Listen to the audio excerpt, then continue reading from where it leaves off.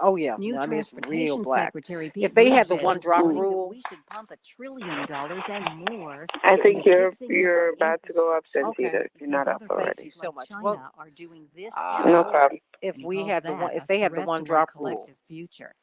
it Oakland, would California will give low-income families of you color would see something $500 a different. month.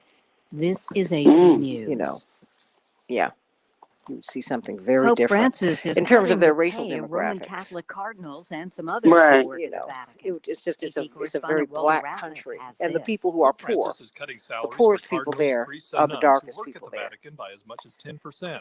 Francis So says the Isn't belt that tightening is sad? necessary to save jobs racism as is the a beast. pandemic has severely reduced revenue. Have a great Bans on Well, show. tourism thank by you many all. Thank you countries so and other much. pandemic Thank you. restrictions You're Thank you. welcome. severely reduced revenues of Okay. Have a Vatican great museums, one. which include Thank the you. See system's Thank you you. later, a Deb. perennial moneymaker for the Holy See. The Bye. museums are currently closed and Bye. will stay closed So at Deb, least through what the do you want to upcoming focus Holy in Week, on? which Because I'm going to normally bring. I've draws got many tourists. I'm Walter a Ratliff. doctor. The Treasury Do Department we sent out have payments to Americans in has its COVID relief measure totaling Pastor Brooks $325 answered yet? billion. No. Keep rolling out these Okay, honey, payments keep over the trying next him, few okay? weeks. Most people don't Because I have to need to take know any when I'm going to. action to get the Because payments. if I don't If get you him on, then I'm just qualify, going to have to you'll move on. receive them. I'm Rita It Foley, affects the AP pace of the News. show when I don't know where people are. This is 8:20 a.m. Okay, I can text you, but yeah, I don't. Okay, We'll see. No, just keep doing it because he's supposed to be up at 6:10. Chicago's progressive talk, where facts matter. Yeah, Deb, I'm having to push. Hey, Barbara Jean, how you doing? And Yolanda and Kenneth, how you doing? I need you all to go over to the Santita Jackson Show page on YouTube and like and subscribe. Like and subscribe. We're going to be talking about gun ownership today. I know people have lots and lots of thoughts about that, but that's becoming an issue, right? And I think that we need to have a talk about it because anecdotally, I'm talking to a lot of people who are now saying that they're going to get guns. And I want to hear what you have to say about that. You know, should we make it easier or harder to buy guns? You know, I just want to know what you all think about it. Gun ownership is a big issue in the United States. And did you know America is slipping in terms of its standing with democracies in the world? Yep, there's that too. So, Dr. Verholden, do you know what you want to focus in on? Yeah, I thought you said you wanted to talk about the rises in young people. Well, that was Maria, but if you want to do that, that's perfectly fine. Dylan, can you turn her up, please? How about now? Okay, keep talking, Deborah. Deborah. Good morning, good morning, good morning, good morning. No, she's a little too hot. She's a little too hot, but that's much better. Is she on speaker? No, she's not. This is a WCPT moment You just turned it up too loud. That's all. No, it's fine. I'm just saying because the quality. The quality. Deborah, are you on earbuds? Yep. Okay, I think because that diminishes the quality. But a closer look shows the Luddites were evil. The Luddites had come into prominence in Yorkshire around 1812. So we'll have to. All right, listen a minute. Okay. Effectively outlawing unions. This, combined with okay, so we'll work on that. Industry, we're increasingly leaving highly paid, skilled workers out of work because their job could now be done cheaper and faster by unskilled workers who were frequently injured by the new machines. In reality, the Luddites were neither inept nor against technology. They smashed the machines as a form of protest, wanting the machines to be safer and run by apprentice workers. And I'm going to ask you quickly about AstraZeneca too, okay? About its efficacy. Sure. We're working for your rights. And, you know, should people be worried? WCPT 820, Chicago's progressive talk, where facts matter. This is the Santita Jackson Show. Hey, everybody. Welcome to the Santita Jackson Show. It's Thursday. Or is it early Friday? It's Thursday, everybody. March 25th, 2021 on the Santita Jackson Show. WCPT 820, the nation's largest progressive talk radio station, AM 950 Radio, Minneapolis, St. Paul, the voice of progressive Minnesota. Call me or text me at 773-763-1037. 9278-773-763-WCPT. If you text me at 773-763-9278, you have GWC Agent Lawyers to thank for that. And so let's get to it, everybody. I want you to meet my morning stars, Raphael and Yolanda and Barbara Jean and Kenneth and Michael Ann and Carol Crowley and Daphne McDonald and Chapearl and Marnie and Meddy and Kevin and so many of you. And Barbara Jean, thank you for being over on YouTube. Everybody, all my morning stars, please meet us over on YouTube on the Santita Jackson Show channel. Dylan, we're getting some feedback, so let's watch that. Louise Vanderlei down there in Brazil, sending you much love. Keith Fluid up there in New York, sending you much love, and we're praying for the people of Brazil as you are breaking records with the COVID spread. We're going to be talking with Dr. Deborah Verholden about that in a hot second and what's happening with our young people here with COVID. There's a lot going on. We're going to be talking about gun ownership today. A lot of people have a lot of feelings about that. I want to hear your thoughts. I want to hear if you own a gun. If you feel that you need to buy a gun now with all of this rising uncertainty, this wave of violence that we're seeing, I want to know what you're thinking about that today. What is going on, everybody? So let's get to some of these headlines today before we get into some good news and to this COVID-19 update. All right, everybody, in Chicago, we're going to have a high of 47 degrees. It'll be rainy. Minneapolis, St. Paul, 52 degrees and partly cloudy. Yesterday, the Dow closed down 234 points, the NASDAQ closed up 99 points, and the S&P 500 closed down 2 points. Everybody, what's going on in these headlines? Well, President Biden is supposed to host his first press conference under pressure. He is on immigration and guns. Now, he has handed immigration, that particular issue, to our vice president, Kamala Harris, and she has been charged with stemming the migrant numbers at the U.S.-Mexico border, which are surging, everybody. The U.S. Customs and Border Protection encountered nearly 9,500 children who came to the country unaccompanied by a parent or guardian at the southwestern border last month, and more than 15,000 are currently in federal custody as we speak. President Biden will also make a virtual appearance at 3:45 Eastern Standard Time today in a meeting with the European Council in Europe, and there were more than 85,000 cases of COVID reported yesterday in the United States. The nation will almost certainly surpass 30 million total cases in the next 24 hours. 85.5 million people in the 85.5 million have had at least one dose of the vaccine. That's nearly 1/4 of the population in the United States. With gun control high on the agenda in the wake of the mass shootings in Atlanta and Boulder, data is showing that the pandemic may have curbed such incidents, but the U.S. saw an estimated 4,000 extra murders in 2020 amid a surge in daily gun violence. And Virginia became the first southern state to abolish the death penalty, everybody. North Korea fired 2 ballistic missiles, and the Senate confirmed Rachel Levine as the Assistant Health Secretary, making her the first openly transgender person the Senate has confirmed. And in California, they have picked a progressive as California's first Filipino Attorney General. Rob Bonta is the first Filipino American to be Attorney General in California. Congratulations to him, everybody. So what do you think about that? Boy, we're seeing a lot of diversity in this administration, and that is a good thing, everybody. In the meantime, Congresswoman Rashida Tlaib from Detroit is pushing for universal basic income for everybody. What do you think about that? Call me. Let me know what you think. I want to know what you're thinking about all of these things on the Santita Jackson Show. Let's get to Dr. Deborah Verholden as we're looking at Mitch McConnell getting rebuked because he's calling a voting rights bill a power grab. Wow. Dr. Deborah Verholden, what's on your mind today with this COVID-19?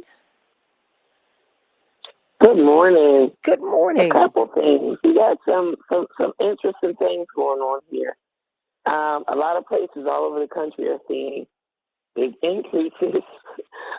I talked about this a bit yesterday. We've got it going on right in my own county. You all have it going on in Chicago. And we are seeing an increase in they call it 0 to 19.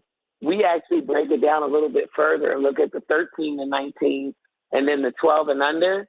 And we're seeing the biggest increase in that particular age group, the 13 and 19, which are our middle schoolers and high schoolers, most of whom have returned to school and returned back to sports. So, it begs the question, is this the right time for school reopening? And if so, under what conditions? What's the real question? When is the point at which we turn back? We had a whole plan for safe reopening in our county and when to turn back. The schools haven't even been open a week, and we've already hit the red zone, right? When we made the decision to open, the community case rate was around 2.9%. Now it's at 9%. Our yellow zone was at 5%, 5 to 7%. Our red zone was when it went over 7. We haven't even been open a week, and we've already hit the red zone. So I just want to make sure that people are really clear on what that means. What that means is that case rate, as that case rate goes up, that means of the people who are getting tested, more of those people are testing positive. And it's strange given that so many places are reaching a essential point in the vaccination process where they've got a sizable proportion of the population. But some places are up to 25 to 40%. but is it really that strange when I mean, I keep hearing from various sources that this vaccine mitigates the intensity of COVID-19. It doesn't prevent you from getting it. It doesn't prevent you from transmitting it. It might lower the possibility, but you can still get it. You can still spread it. And do you think that people, now that they're getting vaccinated, do they feel? Because see, when we hear vaccines, Dr. Deborah Furholden, Associate Dean of Public Health at Michigan State University, to lay people, we think that, okay, that means I'm free and clear. I can't get it. I can't get measles, mumps, rubella, polio, whatever it is, malaria. I can't get it, and I can't transmit it. But we're hearing something different with these vaccines. So it's really kind of going against what we've always thought and heard about vaccines. So I'm wondering if people are not being as careful as you are telling people to be. You're saying, after you get the vaccine, you still need to wear the mask. You still need to practice, the W's that you've given us. You still need to wash your hands. You still need to be physically distant from people. Do you think that's what's happening? I think it's a combination of factors. I think it's the COVID fatigue, which comes in waves. And I think people are definitely feeling it, especially as we got a break in the weather and it started to warm up in places. And, I'm in Baltimore right now, and people are already out with shorts and, frisbees and dogs and, eating outside at restaurants. And so when you put the COVID fatigue with, we do have now a sizable percentage of the population who received at least one dose of vaccine. People will say, well, the whole reason I got this vaccine was so that I wouldn't be at risk for, contracting it or getting ill from the disease. And the reality of it is, any one person getting the vaccine the protection is more than just for that one person. You're protecting yourself, you're protecting the people that you will come in contact with. An imperfect layer, but an important layer of protection. And so I think, when you pair the fatigue of it all with the fact that there is some misconception that people have about what level and kind of protection the vaccine provides, and you pair that with reopening, these surges are likely to continue. I don't even think we've hit the tip of the iceberg yet. Well, and Chaparral, your girl, wants to know if the parents, if the teachers are spreading it to the kids.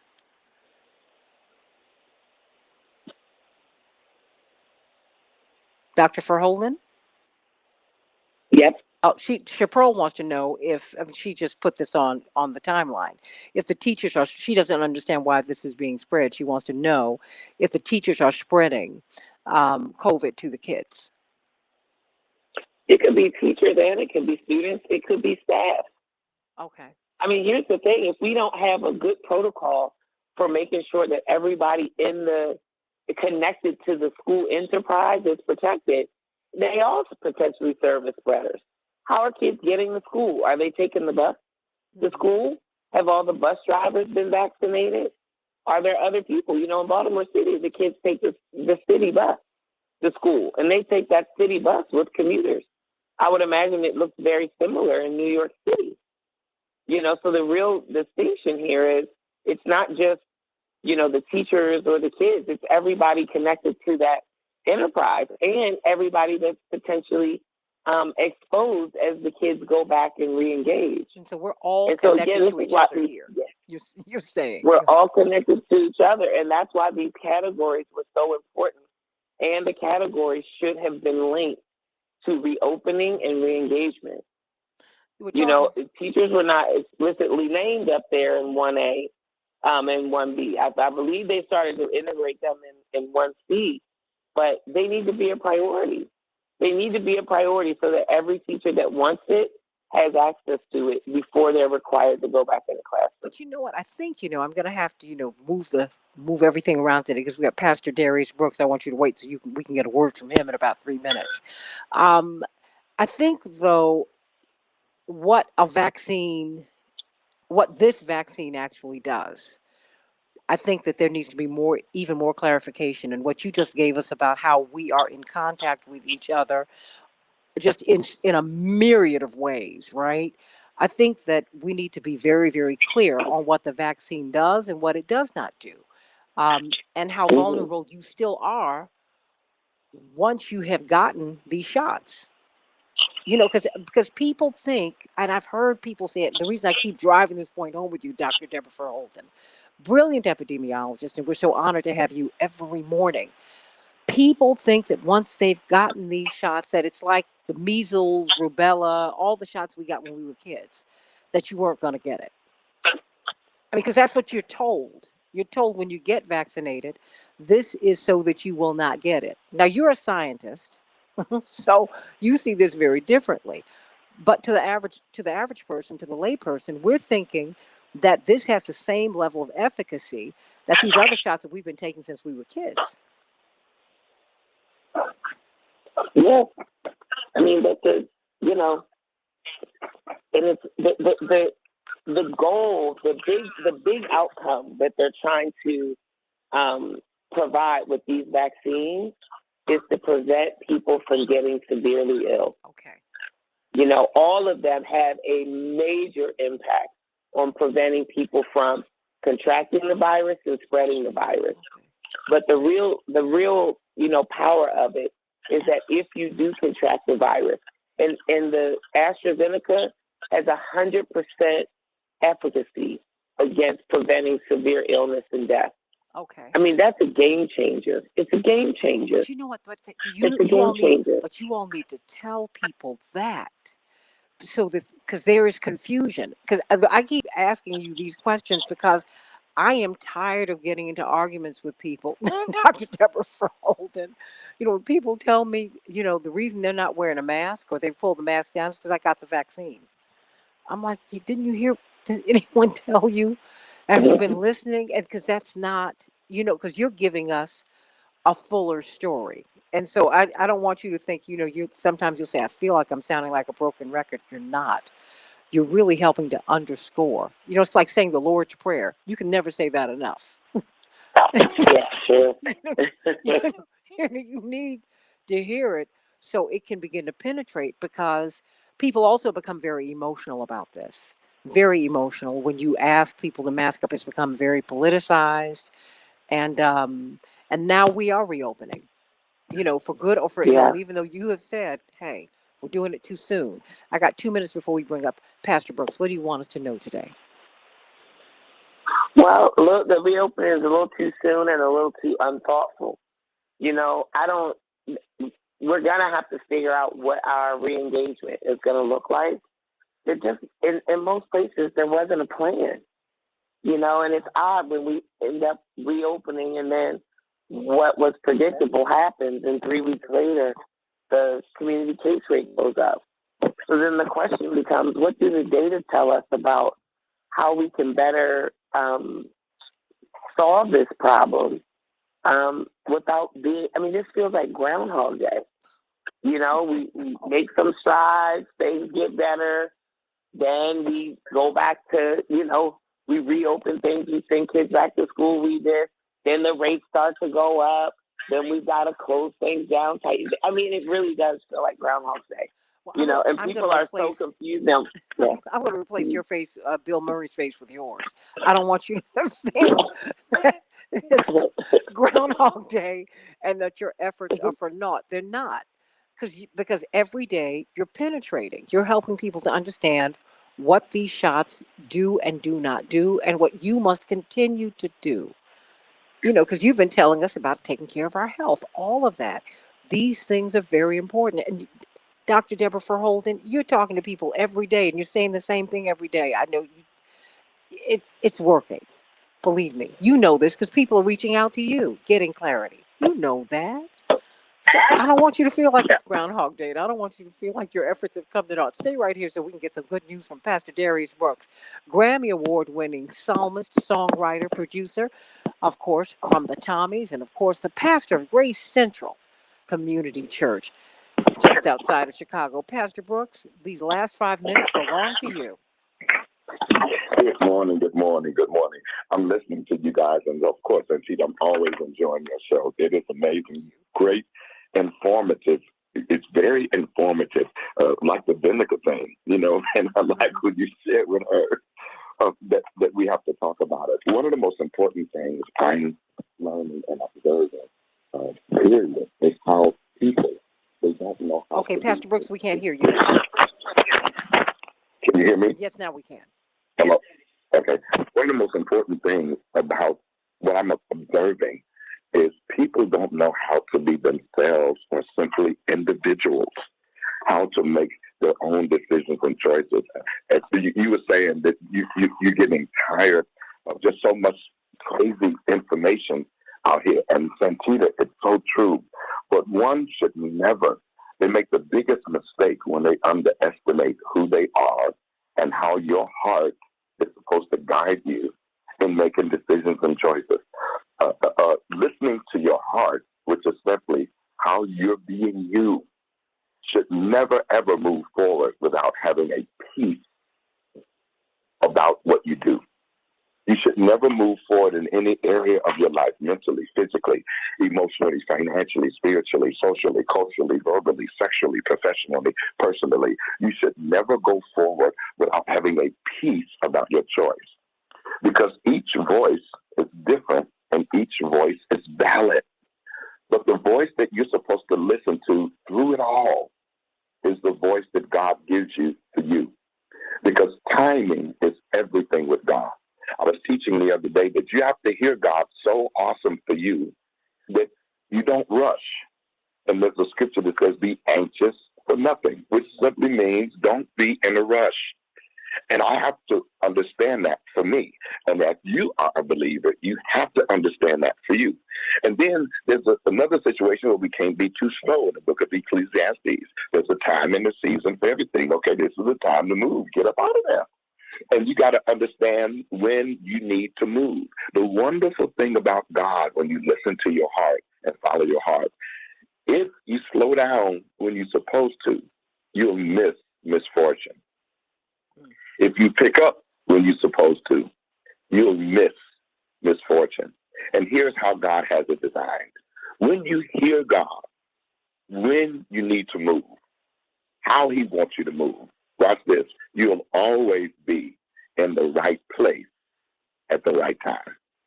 And because there's so much noise out here, there's so much going on, people are really saying things like, and just let me know when my 5 minutes in there, because I'm excited about this, Santita. People are so confused.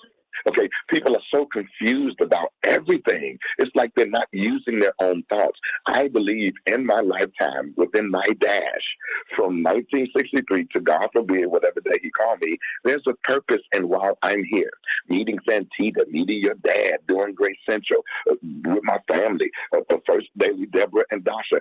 You gotta make sure you put things in proper perspective. Romans 8:28 says, "And for we know that all things work together for the good to them who love God, who are the called according to his purpose." God didn't put the weight of the world on our shoulders. Now, there's also a part of us that we'll know how to work together. Where there's unity, there is strength. That's a part of our life. We need to know how to do that. We need to learn how to create solutions with people. Not everybody, but certain people we can create solutions with, like your team with the radio station and what we're doing right now. You have a great team that helps Santita. Once we understand that we have where there's unity, there is strength. We understand how God wants to orchestrate events to move us in his will, put us with the right kind of people to get the jobs done that we need to get done. We first start this by listening to our heart. We make the biggest mistake underestimating who we are, where we are. My prayer is that you ask God to show you how to just be all of you. And from that place right there, he really will orchestrate events to move you in his will towards a bigger picture. He knows how to bring all this together in his own time. That's my prayer. And he'll show you how to create solutions with people. But you got to first know you, understand your heart, and know that listening to yourself is one of the greatest gifts God has given you. Pastor Darius Brooks, Grace Central Church. You don't want to miss him. And of course, you know that song, Your Will is What's Best for Me. Yes, That's right. yes, You know that. One of the great hymns of our church, one of the modern day classics in all of gospel music. And Gary Collins, guess what? Oh, well, let me see. Hold on. Who do I have here? I got my people here. Okay. Listen, we got some people. Got a lot of people everywhere here on the Santita Jackson Show. So, you know what? Stay right here. Let's talk about gun control. I want to hear from you. Do you have a gun? Do you need a gun? Do you feel that you need one? Do you know people who own them? How are you feeling about gun ownership, particularly at this time? We've got an uptick in mass shootings. What do you think about that? Call me, 773-763-WCPT. Back in just a few minutes.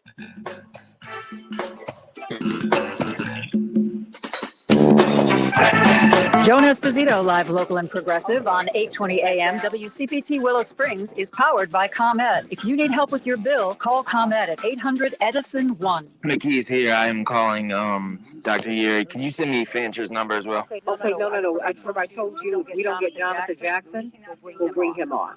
And that's at the top of the hour. Oh, okay. Do you want to still send me his number just in case? I will do that, but I don't want you to call him. Favorite in the lead up to the 2018 presidential election until he was put in jail. Dylan, thanks. Thank you. Because I want to be able to say goodbye to Pastor Brooks and Dr. Deborah Verholden. Dr. Deborah Verholden, thank you so much for being with us today. Pastor Brooks, I believe, dropped already. Okay. Dr. Deborah Verholden? Okay, she's still there? Yeah, but she might have walked away. Okay, very good. Oh yeah, I thought I was off at 7:30. I was just listening. Okay, no. You're more than welcome to. Still trying to figure out what's going on here.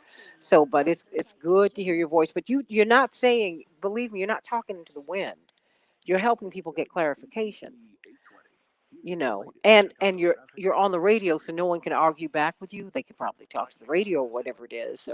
But you know, I just think it's important for you to let people know what these shots do, because a lot of people are thinking they're free and clear, and they think that once they've had COVID, once they've survived COVID, they feel that they're free and clear, so they don't need protections.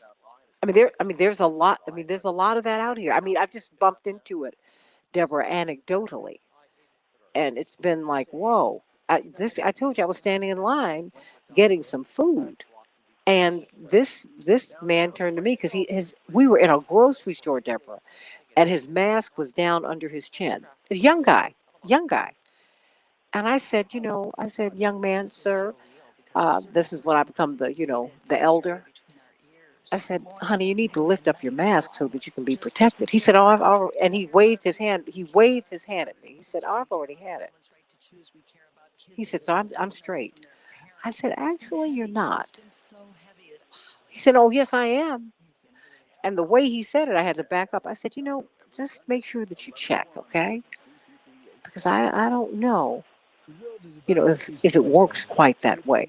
I didn't get into antibodies and all of that. There are a lot of people who believe that, Deborah.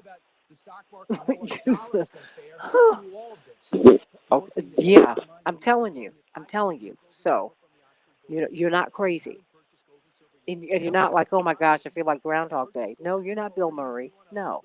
Waking up, looking at that clock, going, wait a minute.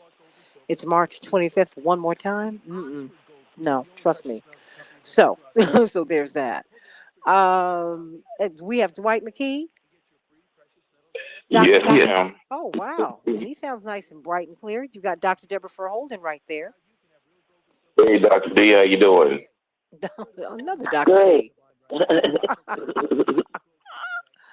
Another Dr. D. Another Dr. D. Another Dr. D. So, but I'm glad to hear you this morning. And how you doing, Gary Hines? I was trying to bring you on to speak to Darius Brooks. Oh, one of you, another great musician. And sending you much love, Gary. Gary, slow down so I can talk to you after the show. Keith Fluid, just behind you, Gary, is Keith Fluid. He is a great singer. We worked together singing back up for Roberta Flack years ago, and he's gone on to work with Ashford and Simpson. I mean, just everybody in the world. He's brilliant, brilliant, brilliant, brilliant. And I thank you for your support, Keith, every day. Vicki Wells, Mark Mingo, how you doing? Lorraine. This is the Santita Jackson Show. Hey, everybody. Welcome to the Santita Jackson Show, Thursday, March 25th, 2021. Thursday, March 25th, 2021. Coming to you from WCPT 820, the nation's largest progressive talk radio station, and AM 950 radio, the voice of progressive Minnesota in Minneapolis, St. Paul. Let's talk about gun ownership. What do you want to see happen with guns now? Call me, text me, 773-763-WCPT, 773-763-9278. GWC Injury Lawyers gives you the opportunity to text. So I want to know what you're thinking about gun ownership. And this is in light of this really stunning detail that, homicides were on the rise in 2020 during this pandemic. The United States saw an estimated 4,000 extra murders in 2020 amid the surge in daily gun violence. Now, one could attribute that to the fact that we were locked down and a lot of people's anxieties and interpersonal issues that you might not have to deal with. You might not have had to deal with while people were going out to work or leaving their homes during the day. That was no longer the case in 2020. But at any rate, America saw a surge of murders, 4,000 extra murders. And of course, we're looking at what happened in Boulder, Colorado, the gentleman who is accused of killing those 10 people in that store. In fact, he was crouching by people as they were trying to get their vaccines. He went and bought the gun and then committed these murders. Same thing down in Georgia. This young man went and bought the gun and then went to kill everybody. There's a lot going on here. So I want to know what you're thinking about about gun ownership. Do you think that as President Biden, as he's calling upon Congress to pass an assault weapons ban, some people are saying that we need stricter measures. What do you think? Call me, text me at 773-763-WCPT. And why are we so violent? Is it the guns or is it us? There's an old expression that, guns don't kill people, people kill people. I want to know what you think. Call me, text me at 773-763-WCPT. Dr. D, Dr. Dwight McKee, how are you? Pretty fair. How about you? I'm doing great. You tell me. What's going on?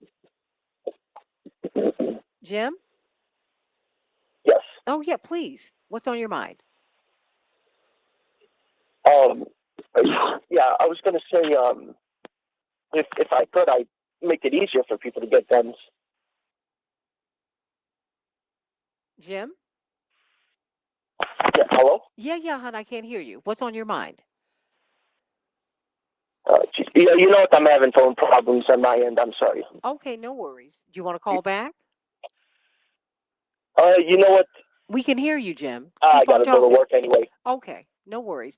Jim would make it easier to buy guns. Well, let me go to you, Daniel. What are your thoughts on gun ownership? Just like on, I think, all of the progressive philosophies and ideologies, we've tried that. We've been living under this, what America needs is more guns rule for my entire life. And that's where it's gotten us. We know that the Brady Bill was in place until, what was it, 94, 95? And now, I'm 37 years old. I don't remember anything like this happening until Columbine, which was what, 99? I'm no mathematician or anything, but the Brady Bill ends in the mid 90s, and then the first major mass shooting starts in the late 90s. Call me crazy, but that's correlation. I don't own a gun. I've never had a gun. I've never needed a gun. I am going into I'm attempting to get into the police department right now, so eventually I'm going to have to use one. But my goal is to never pull it. I would love to get into the police department and never have to use my weapon. I think that's what those law enforcement officers that are there to serve and protect. That's what they should be there for, right? Sure, but there's something in that culture, and I'd like for you to stay right there, Daniel. Uh, Dwight, what do you think about what Daniel is saying? Because he wants to go onto the police force, and and the police are known for, sadly, for pulling. It's certainly in the black communities and brown communities, Daniel, for pulling the guns first and asking questions later. Because all we have to do that's why I wanted to join. Oh, no, I hear you. Because, I mean, all we have to do is look at all of these mass shooters. They're caught alive. And Philando Castile, I don't know why he continues to just jump into my mind. I think about this young man who worked in food services at a school. He was known for being loving to the children. He's out with his girlfriend and her daughter, and he is killed by the police in front of this child and his girlfriend. Unbelievable. And I didn't see anyone having any mass prayer services for him. I didn't see anyone lowering a flag for him. I didn't see anyone going to his neighborhood or to his school to talk to the children, to talk to the teachers, to talk to his coworkers, to talk to his family about him. I never hear that, ever. Yes, ma'am, and that's one of those crazy cases where I don't care what side of the ideological spectrum you were. If you're a Black Lives Matter activist like me, if you're a gun rights activist like, I don't know, anybody ideologically opposed to me, he was a card-carrying NRA concealed carry member, and that should have been one of those cases where everybody stepped up and says, whoa, that was wrong. But well, Daniel, is it the gun? I guess that's where is it the gun or is it the culture?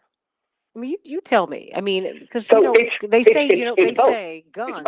Okay, because they say guns don't kill people. People kill people. What do you think? Well, so the true answer is yes and no. Okay. Obviously, guns make it really easy to kill people. I've had disagreements. I'm not a gun owner. I'm by no means a pacifist. I've had disagreements with people, but I've made it 37 years without ever having to kill anybody. I've made it, 15, 18 years without ever having to hit anybody. So like, if you don't want to do people harm, you will find a way not to. If you want to hurt somebody, you're going to find a way to do it. And guns are just that's what they're designed to do.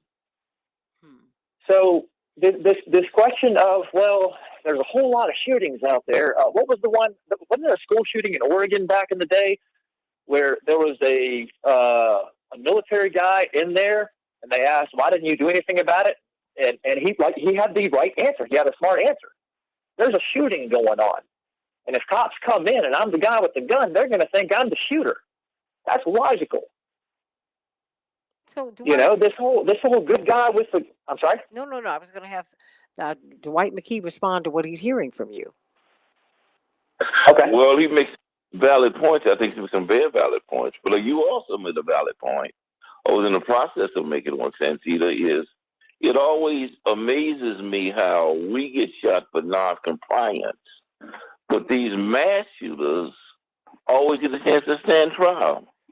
I mean, this guy shot and killed 10 people and walked away with a shot in his leg, and the kid in Ohio was playing with a toy gun in the park and got killed within 3 seconds of the police stopping by there. After being told by the caller who said, I see someone playing with a gun, I think it might be a toy gun.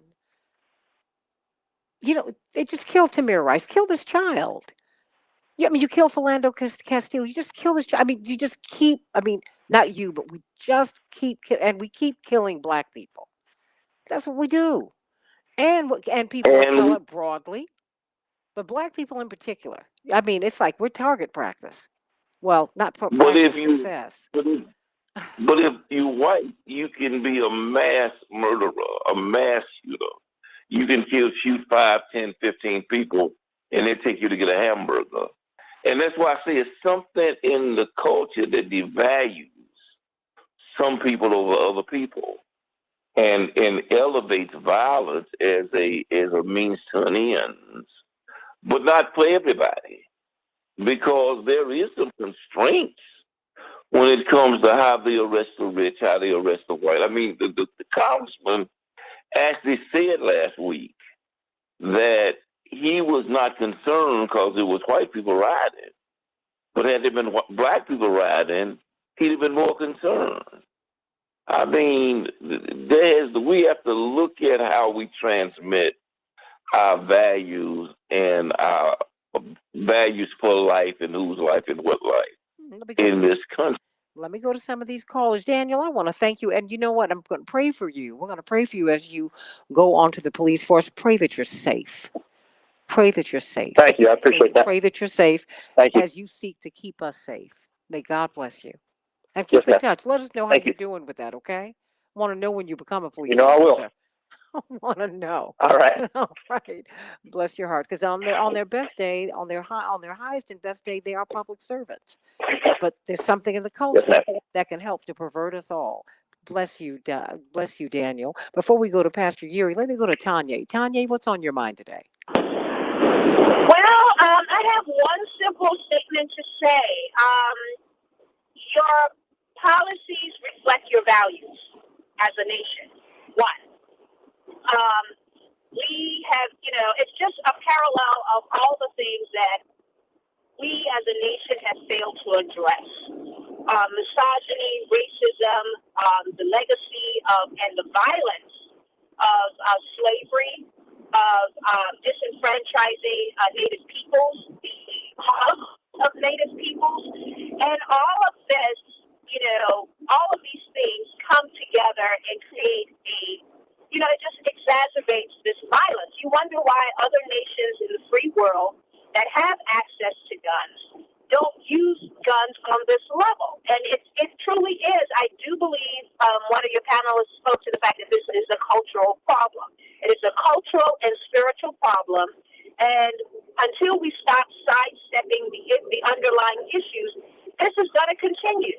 As for the continuous, mass shootings, I don't want to sound cruel, and I don't want to be, sound, like I'm inhumane when I say this. But we all know that if that had been a Black man shooting up in all of these mass killings, a Black man or woman they wouldn't have even managed to shoot one person before they were shot dead in a kill shot. And so when I look at these things and I see, policy, like I said, reflects your culture. If you don't value people across the board, this is, some of the, this is a consequence of that.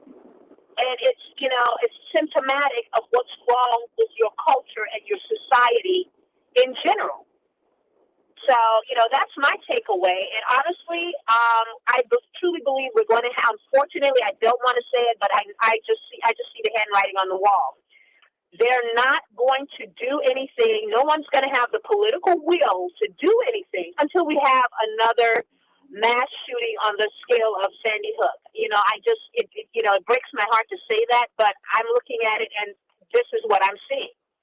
Well, Reverend Dr. There's some real action. Well, Reverend Dr. Uri has joined us, pastor of Douglas Memorial Community Church from Rainbow Push. What do you say? And you're also a veteran and a lawyer and a theologian and a preacher and a pastor. So you see this from a whole lot of different angles. What do you make of this? I mean, is it the guns? Is it us? Do we need stricter laws? Do we need to enforce, or do we need to enforce the laws that we have? Or Dwight McKee said, it's the culture. Very quickly, Dwight, in about 30 seconds, why don't you tell I want Pastor Uri to respond to you. Well, I simply say, good morning, Uri. I simply said that it does not matter if you have gun control, if the people are out of control. And because we have a culture that is in this country that is built on violence and materialism and the taking of people's lands, but also the elevating of one people over another, then violence, you need violent means to maintain the culture.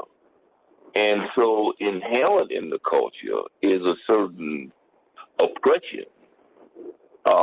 It is in order to maintain a class system, you use a certain level of oppression.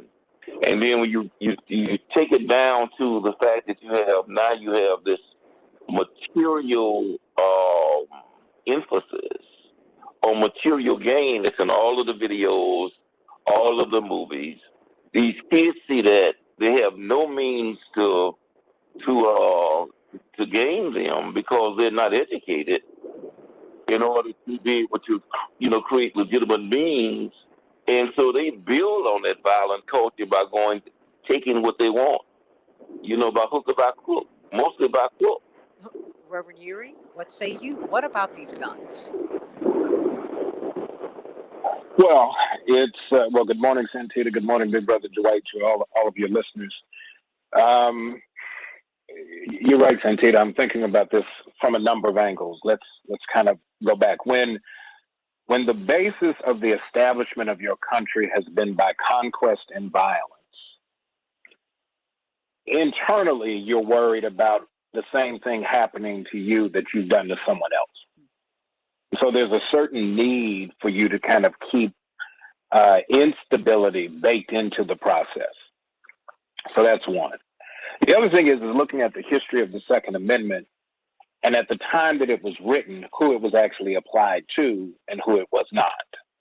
That the Second Amendment and the word militia being tied to it is you had citizen forces, not an actual military that had yet been fully established, meant that you needed the citizenry. Citizen is a technical term. It's not a universal term, to be able to have access to guns. And so in many states, depending on who you were by race or class or otherwise, you were prohibited from having guns because the fear was that if you had a certain group of people working with guns or handling guns or holding guns, there might be an increased chance of mutiny and a destabilization from within. So part of this is the own internal paranoia that is baked into the country because this irrational fear, this fear that people have to have a gun to be able to protect against what might be a hostile government. Let me assure you, because to your other point, Santita, I was in the military. My job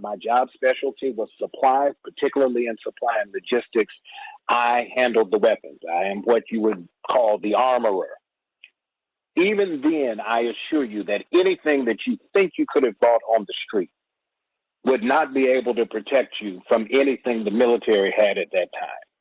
So this irrational justification that you need to be able to keep the government at bay is just asinine on its face. Then you flip to the other side. The castle doctrine. Within the you protect your stuff at all costs, even if it means taking a life, is where you get the pushback on the other side. And then this other thing I've heard, a good person with a gun can always stop a bad person with a gun. You have this kind of circular, cyclical, asinine discussion. And really the issue, the courts have said you can't necessarily hamper the right to own a gun. We've seen it in the McDonald case for Chicago, Heller in D.C. over and over and over again. But what you can put in is reasonable constraints. It is not an absolute. Actually, Scalia said this. The right to own a gun is not an absolute right, and the government has a compelling interest to be able to put reasonable limitations on it.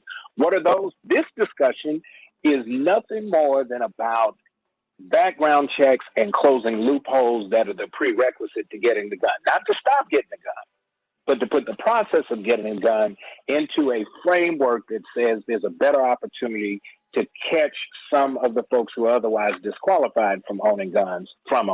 That's the discussion.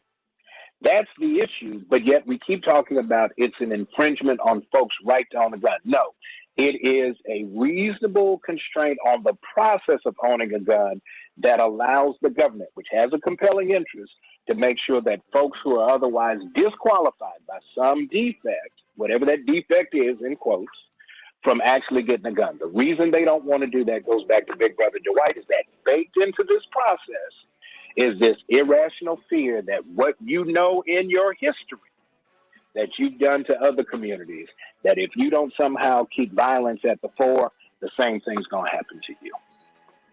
What about the guns, everybody? What about the guns, everybody? Of course, drop the mic. That is Pastor Reverend Dr. Todd Urey, Esquire, pastor of the Douglas Memorial Community Church, one of the iconic churches here in the United States of America, based in Baltimore, but he's also vice president at Rainbow Push. Dr. D, our own Dr. D, noted sociologist, brilliant. Can't wait to talk with you about it. And Roosevelt and everybody are going to get to you on the other side of the break. We'll have Mark Fancher and some others joining us. We want to talk with you. And of course, Dr. Max Wolf in the next hour on the Santita Jackson Show. Call me 773-763-WCPT. I want to know what you think about gun ownership. Do you have the right? Do you feel they're being taken away? I want to hear your thoughts. Back in just a moment on the Santita Jackson Show.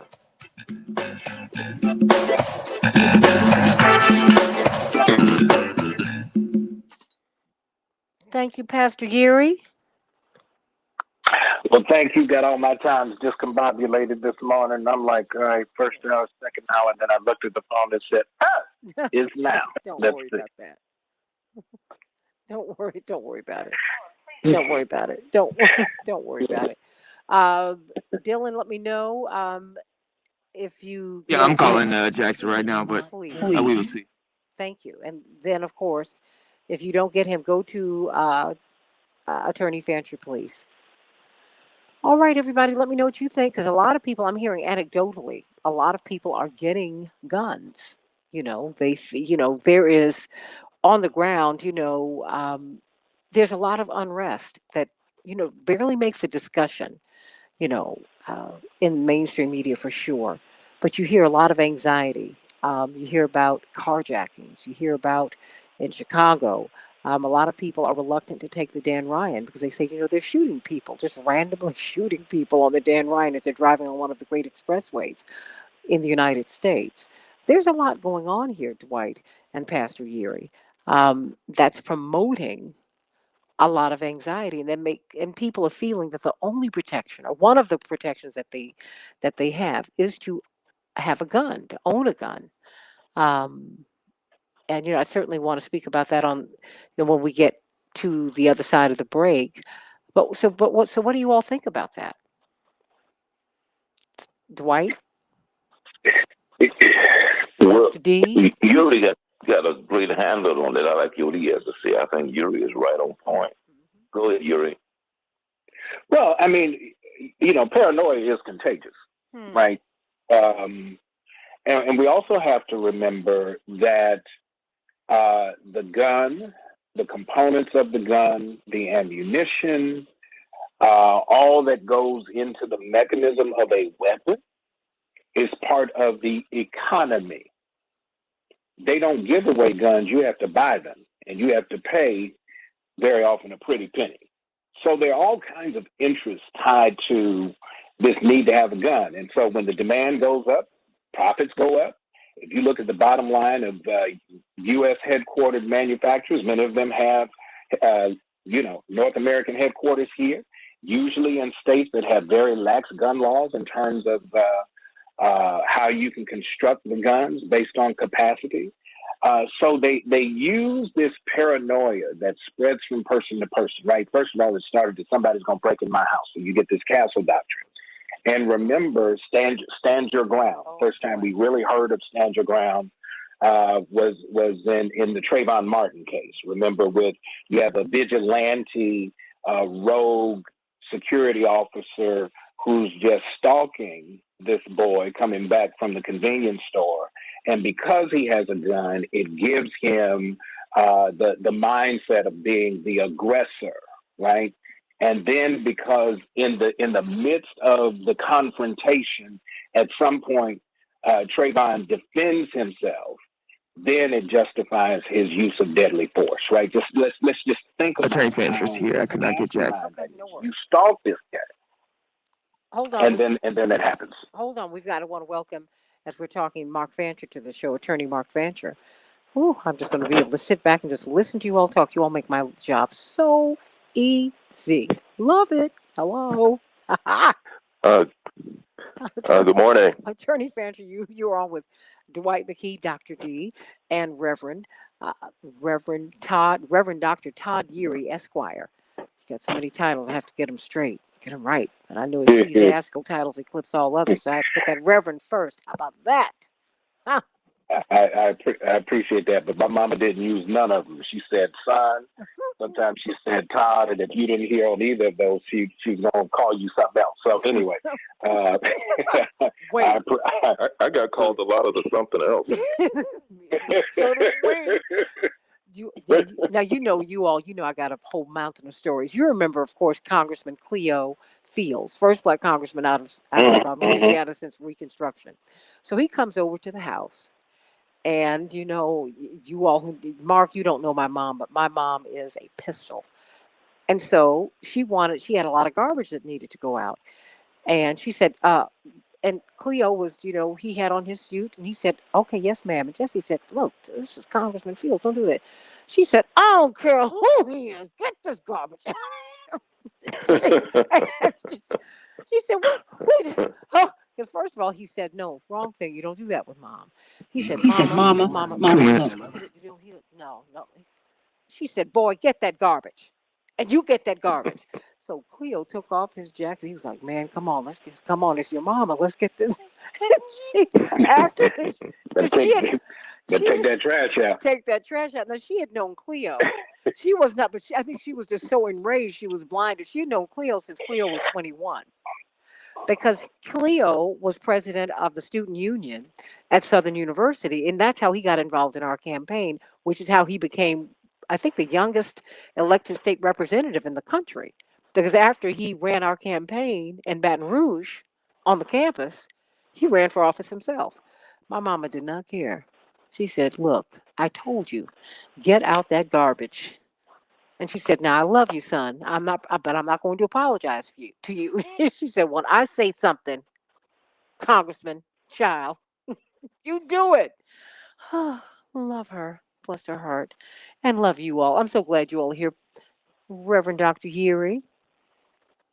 So glad you're here. Look, I'm glad to be here, but do understand when your mama says do it, I do it. So, which is why you still have a neck. And look, a neck, an eye, a limb, all of that. I was like, oh, bless your heart. You know what, Dr. D? He has learned fast. He says, let's run this by your mama. I said, okay. Okay, we'll run it by mom. But you know what I learned when you see blood on the walls, the first thing you do is you check and make sure it's not yours.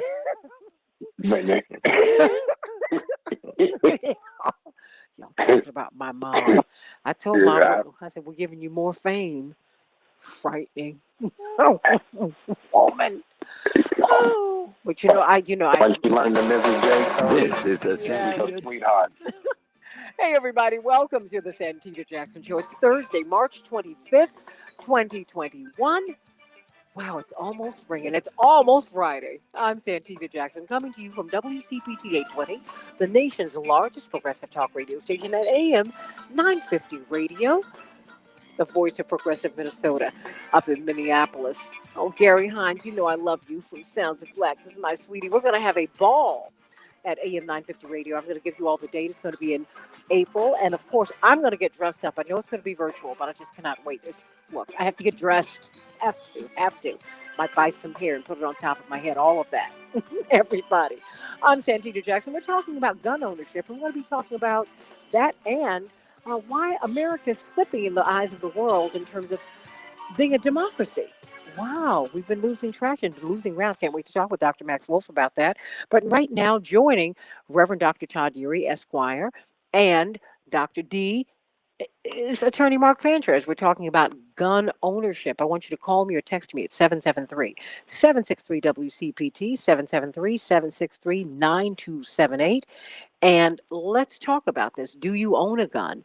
Do you want to own a gun? Do you think you need to own a gun with all of this uncertainty out here in the world? But, let's go to some of these headlines before we go back to this stirring conversation in Chicago. We're going to have a high of 47 degrees, rain. Minneapolis, St. Paul, a high of 52 degrees, partly cloudy. The Dow closed down 234 points yesterday. The NASDAQ closed up 99 points, and the S&P 500 closed down 2 points. President Biden will be hosting his first press conference under pressure about guns and immigration. That today should be at 1:15 Eastern Standard Time, 12:15 Central Standard Time, everybody. He will also make a virtual appearance with the European Council in Europe as Secretary of State Anthony Blinken is over in Brussels making a round of diplomacy with NATO and the EU. The president has put Vice President Kamala Harris in charge of stemming migrant numbers at the U.S.-Mexico border. She will collaborate with the Mexican and Central American officials as the White House faces intense criticism over its border operations. There were 85,748 new cases of COVID in the United States yesterday. The nation will almost certainly surpass 30 million total cases in the next 24 hours. There are more than 300,000 cases in Brazil. Boy, they are really struggling down there. Evangeline and Raphael, our prayers are with you. All of our part of our Morningstar crew on the Santita Jackson and Friends page. 85.5 million persons in the United States have had at least one dose of the vaccine. Even with gun control high on the agenda in the wake of the mass shootings in Atlanta and Boulder, Colorado, the U.S. saw a surge of 4,000 extra murders in 2020. Wow. Virginia became the first southern state to abolish the death penalty. And the Senate confirmed Rachel Levine as the Assistant Health Secretary, making her the first openly transgender person that the Senate has confirmed. The Senate also confirmed David Turk as the Deputy Energy Secretary. And history was made in California. Gavin Newsom, California's governor, nominated State Assembly member Ron Bonta for State Attorney General. He will be the first Filipino-American to serve in that capacity. Let us get back to these headlines, everybody. Let's get back to the news. Let's talk about gun ownership. Let's talk about it. Do you think we need more guns? Do you think we need to enforce the laws that we have? Would you feel safer if you had a gun in your home? Do you have a gun in your home? I'm not judging. I want to know what your thinking is because I've been talking to a lot of people who I wouldn't think that. I don't really think of guns. I just and ownership, but that's my own personal thing. I certainly would not stand in your way to own it, but I do know that the studies show that if you have a gun in your home, you're more likely to use it. You're more likely to hurt someone, more likely to kill someone. Those are the studies. But also, all kinds of crime is happening because we're really in a cultural, social, economic and political crisis, spiritual crisis in the United States and all around the world, but we're seeing it here in a most acute way. So let's talk about gun ownership. What do you think about it? Call me at 773-763-WCPT, 773-763-9278. GWC Injury Lawyers gives you the opportunity to text. You can meet my Morning Stars, the Santita Jackson Morning Stars, over on the Santita Jackson and Friends page. And I also share it with Reverend Jesse Jackson's page and, of course, my new YouTube channel. Please, everybody, go over there and join and like and subscribe the Santita Jackson Show. We need to get those numbers up, and I'm so glad that you have been helping us to do that. We joining Dr. D, noted sociologist from the National Action Network and Rainbow Push and Operation Push, and of course, Reverend Dr. Todd Yeary, Vice President of Rainbow Push, Reverend Dr. Todd Yeary, Esquire. He is a lawyer as well as a theologian and a former veteran. He's also the senior pastor of the Douglas Memorial Community Church in Baltimore, one of the iconic churches in the country. We've also got a brilliant civil rights and civil liberties lawyer, attorney Mark Fancher, as we're talking about gun ownership. Let me start with you, Attorney Fancher. What do you make of this push? We have President Biden saying that we need to, he's under pressure. He's under pressure to deal with these guns after Boulder, after Atlanta. I mean, it turns out these gunmen were able to purchase the guns and then go commit these murders. What do you think? Is it the guns? Is it us? What is it? Well, my personal opinion is that it's the type of guns and the people who have them, and so I support limiting them. But I think there's a broader analysis that is important to engage in, and without even being judgmental. And many times it has a lot to do with who we're talking about when we talk about gun ownership.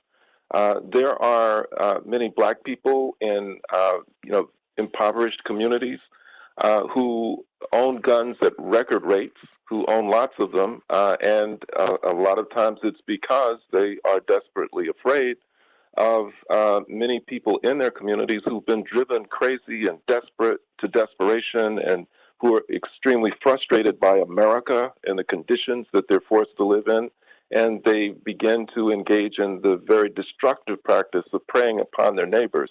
And so because many of the people in those communities can't count on police protection, they arm themselves to protect themselves. And it's hard for me to judge people like that in a negative way, because they're doing what they have to do to try and stay alive. But on the flip side, you also have many, and probably the most vocal proponents of the Second Amendment and gun ownership and all of that among rural, white, working class people. What is generally regarded as Trump's base, the people who are most rabid. And it's ironic that even though they are frequently criticized for not having their views as being consistent with the original purpose of the Second Amendment, in fact, they may be exactly consistent with what the Second Amendment was all about.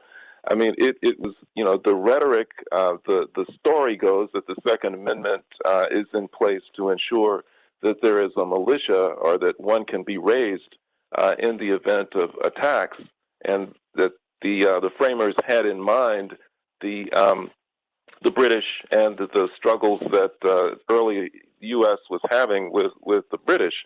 But there are also many who say that the real concern was not so much the British, but fears that early white residents of the U.S. had of insurrections that were going to be raised by enslaved Africans and by attacks by the indigenous nations, who were not happy about the fact that settlers had conquered and taken over their territories.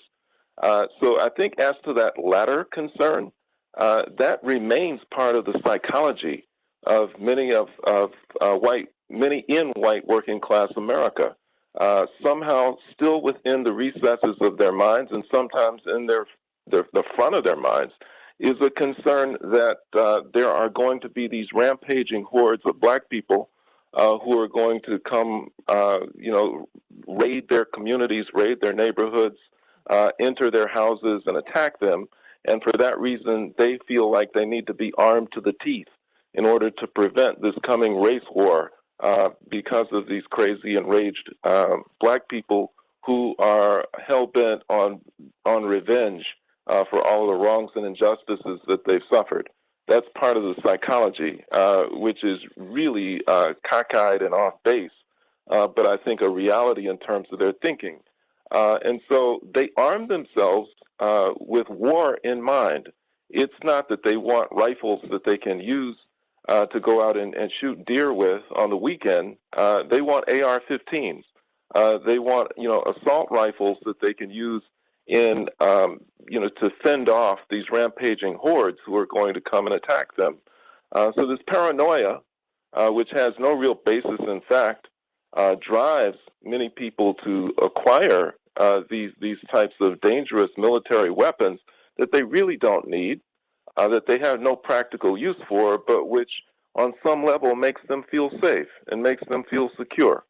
And it's dangerous because these people are often the very ones who are most vulnerable to suffering the consequences of life in America. They're no different from many other people who are subject to corporate exploitation and manipulation, and who are going to, get the shaft when it comes to corporate decisions and find their lives turned upside down. And when they become frustrated, when they see that their life opportunities are not what they hoped that they would be and what they expected them to be, then they go over the edge. And when they go over the edge, you have incidents such as those that we've just witnessed, where people just lose it and they grab something that's very available to them, an assault rifle, and they go take out their frustration on lots of innocent people. And it's for that reason that I support limiting the types of weapons that people can have access to. Reverend Erie? Dwight McKee? Yes. Yeah, I was going to say, but we are baptized in that culture. I mean, our first heroes are the cowboys, and we deal as if the natives, the Indians, are infringing on the cowboys. When I was growing up, I'm a little older than you, is that probably one out of every 4 shows on television was a Western. In my family, every week, my grandmother loved this show, was The Rifleman. He was a single white man raising his child in the wilderness, law-abiding citizen. But you could bet your bottom dollar, Doc, that every week he was going to shoot somebody. He was going to, the climax of the show is that before the show go off, you'd be guaranteed he was going to shoot somebody. Now, you didn't know who and why and when. But Doc stood up the premise of that he had a gun and he was going to shoot somebody. And he was a hero. We are baptized in that culture. I'm sorry, you took me back to my grandma Helen, my father's mother, who you knew, Dwight. And back in the day, you did not have a remote. You had to get up and when your elders asked you to told you to change the channel, you had to get up and change the channel. And my grandfather had us flipping through the channels. We were just channel surfing, all 4 channels that you had back then. And my grandmama said, "Oh no, hold on, Charlie Henry. They're gonna start shooting in a minute. You'll be very happy." May she rest in peace. I love you, Mama Helen. Oh my gosh. to the nostalgia of Gunsmoke, Bonanza, Ponderosa, the Big Valley, and on, the Rifleman. Yes. Let me kind of give you a different frame, right? Because I was the armorer. I did not issue the weapon except to those that the commander deemed worthy of me issuing the weapon. And the commander could use their discretion to say, this person, if we have to go into an operation, you do not issue them their weapon. It is that mechanical. On a military base, while we think about this whole mindset of the people being the militia, on the military base, the base commander can determine whether or not persons who live on the base can actually have their own personal weapon. Now, if the military protects itself from the emergence of this spontaneously fueled violence from within, why is it that we're so enamored with it without? It's a very interesting dichotomy that what we're fighting for in the masses, you can't even do if you put on the uniform. You can't just go on the military base and say, all right, I believe I have a Second Amendment right to own the gun and bring it back on the military base because this is where I have my housing. That is literally up to the base commander. And there really has been no challenge to that that has been really formidable in a real way. But when we think about how the Second Amendment was written, it is written with the mindset of protecting against an enemy. You need a militia. It's a defensive amendment. It says that we live under constant threat. And at the time it was written, we have to ask ourselves, who would the threat have been? It would have been poor immigrants coming in because they needed them to take up arms because the elites would not. You needed to protect yourself from the indigenous people because you had displaced them from their land by violence. And you needed to protect yourself against enslaved Africans who were property, not people, because you needed to make sure that you kept order on the plantation. And so that mindset, the Big Brother Dwight's conversation in the last segment, that mindset is baked in that when you have to have a gun, you're protecting yourself from some threat. And usually that threat, you go in to buy a gun. I'll give you a comparison. I was the armorer, so it should not surprise anybody that I own guns. Let me give you a comparison. If you go in to buy a handgun in Maryland, you have to fill out paperwork and wait 7 days before you go back and get it. If you go into that same gun shop, actually in the same transaction, let's say you want to buy one handgun and what they call a long gun, an AR-15. I have to wait 7 days to come back and get the handgun, but I can leave with the AR-15 in about an hour with the ammunition. So I want us to kind of consider what this means when we talk about the responsiveness and the need to defend ourselves from this threat. And the threat has always been the poor, communities of color, and those for whom we had used violence to displace them. That's what starts with this whole Second Amendment conversation. The Second Amendment is not a 21st century construction.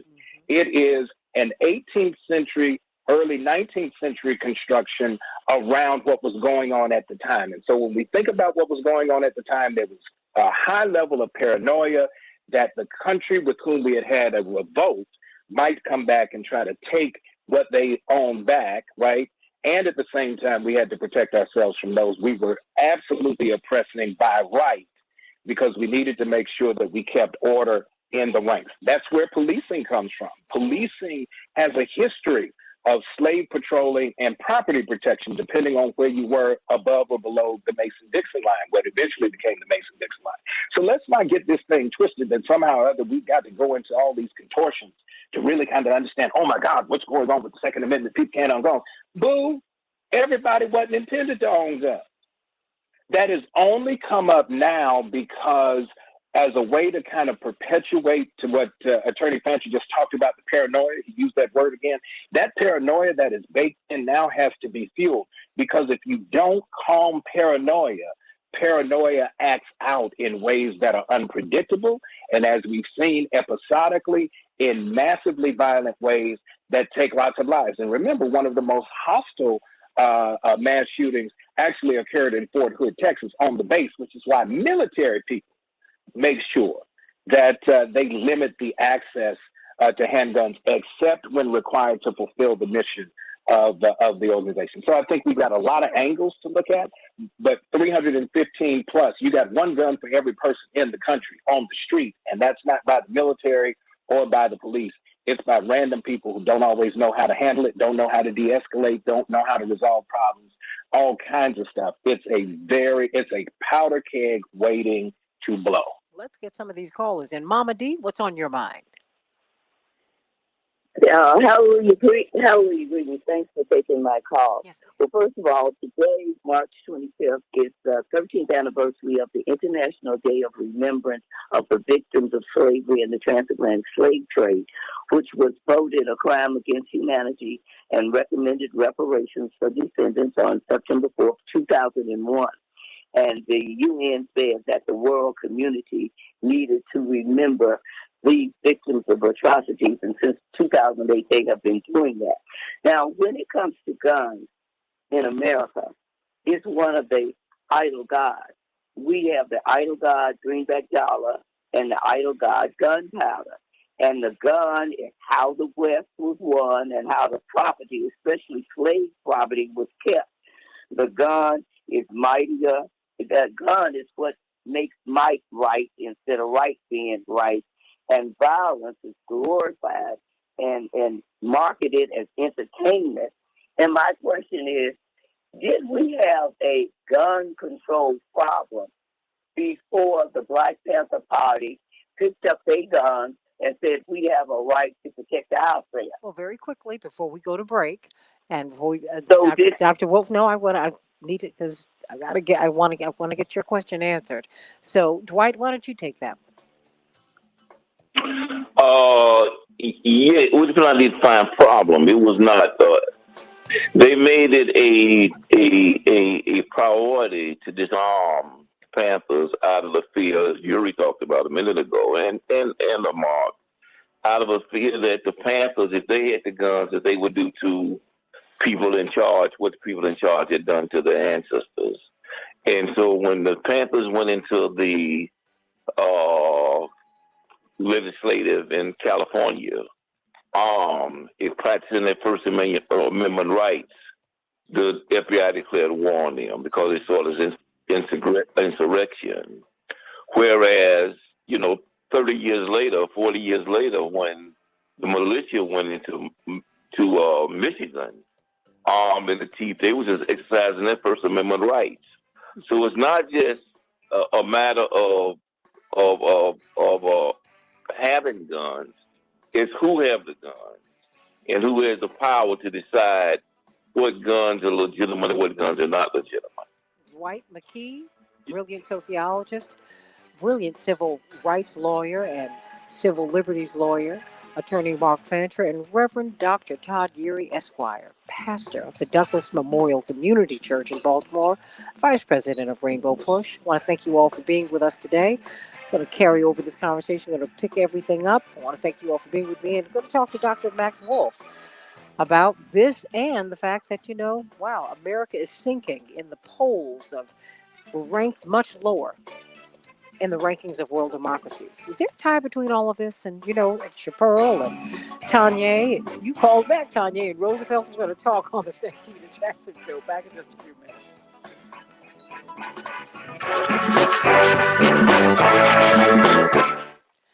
Thank you, Dwight McKee and Mark. I'm sorry, Mark, you got my message late night, and I got back to you even later. No problem. So just check your email because I contact you by email. I try not to call you and your family. So yeah, I try and check it, but sometimes things I get caught up in stuff at night, so I don't. Life gets in the way. I'll do better. Like you're not. No. It's like, okay, this is like the only thing you have to do, right? So, but I want to thank you for being with me today. You're always just brilliant, Reverend Dr. Urey. Thank you so much. Brilliant analysis.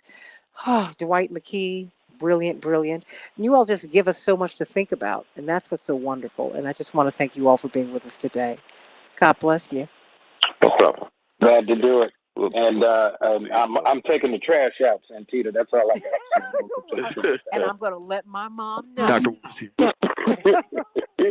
to let her know that you have learned the lesson. She's going to be so proud of you. She's going to say, now, Todd. She said, now, Gary, come here. Mm-hmm. And you always look a little scared when she says that to you. I wonder why. Yeah, 2 words that you don't want to hear from your mother. Sit down. Yes, ask her husband of almost 60 years. And what does he do? He sits down. Sits down. He sits down.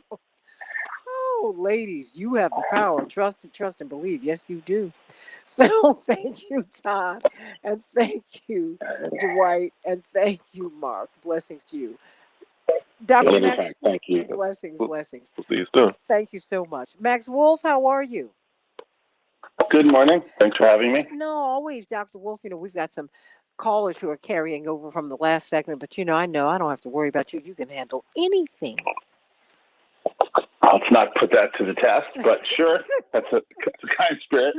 No, well, I appreciate the faith. I kept throwing all these things at you last night because there's so much happening. But one of the things that I love about you, of course, we've got Dr. Max Wolf on, one of the world's most brilliant minds, really, and brilliant economist, but just really great philosopher, thinker, social critic, social constructor. And just really brilliant guy. And more than that, I just think that he's very ethical and fair. Just one of the most wonderful human beings I know. I came across a story that's talking about democracy. Our democracy is at risk. Everybody, you all might remember that I did a show for Free Speech TV just a couple of months ago, Democracy on the Brink. And we are. But before we get to that, I'm going to get some of these callers in. We've been talking about gun ownership, Dr. Wolf.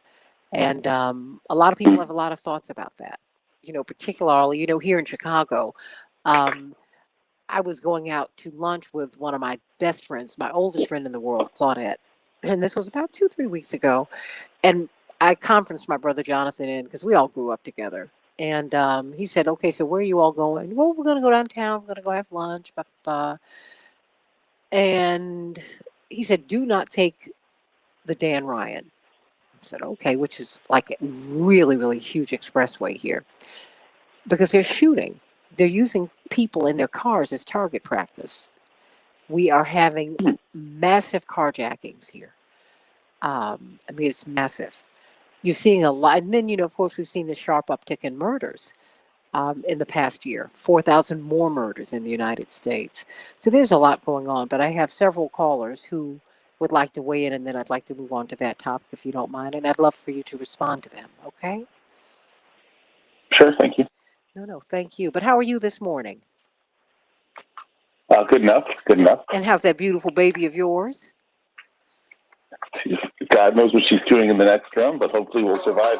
This is the Santita Jackson Show. Hey, everybody. Welcome back to the Santita Jackson Show. It's Thursday, March 25th, 2021. It's the bottom of the hour, actually 7:33 in Chicago, 8:33 Eastern Standard Time. And out there for you, Carol and Bab, Michael Ann, it's 6:33 for you. For Carol and Bab out there on the left coast out in California, it is 5:33 in the morning. Sending you much love, and everybody and all of our brothers and sisters down in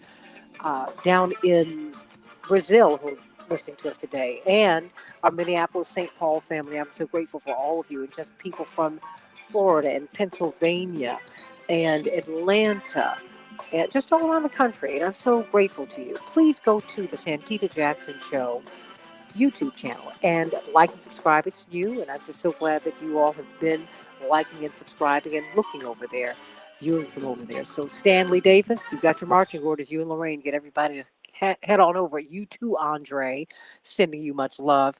Hey, we're talking with Dr. Wolf. Let's start with gun control.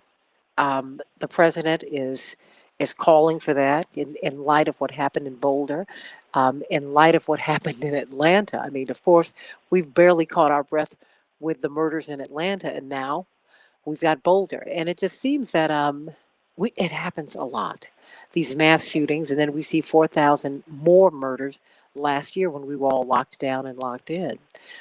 Gun ownership, where do you stand on that? Should we have more guns? Should we have the right to guns? Should we limit the kinds of guns that we get? I mean, does it vary from, if you're in a rural area? I mean, what are your thoughts on this?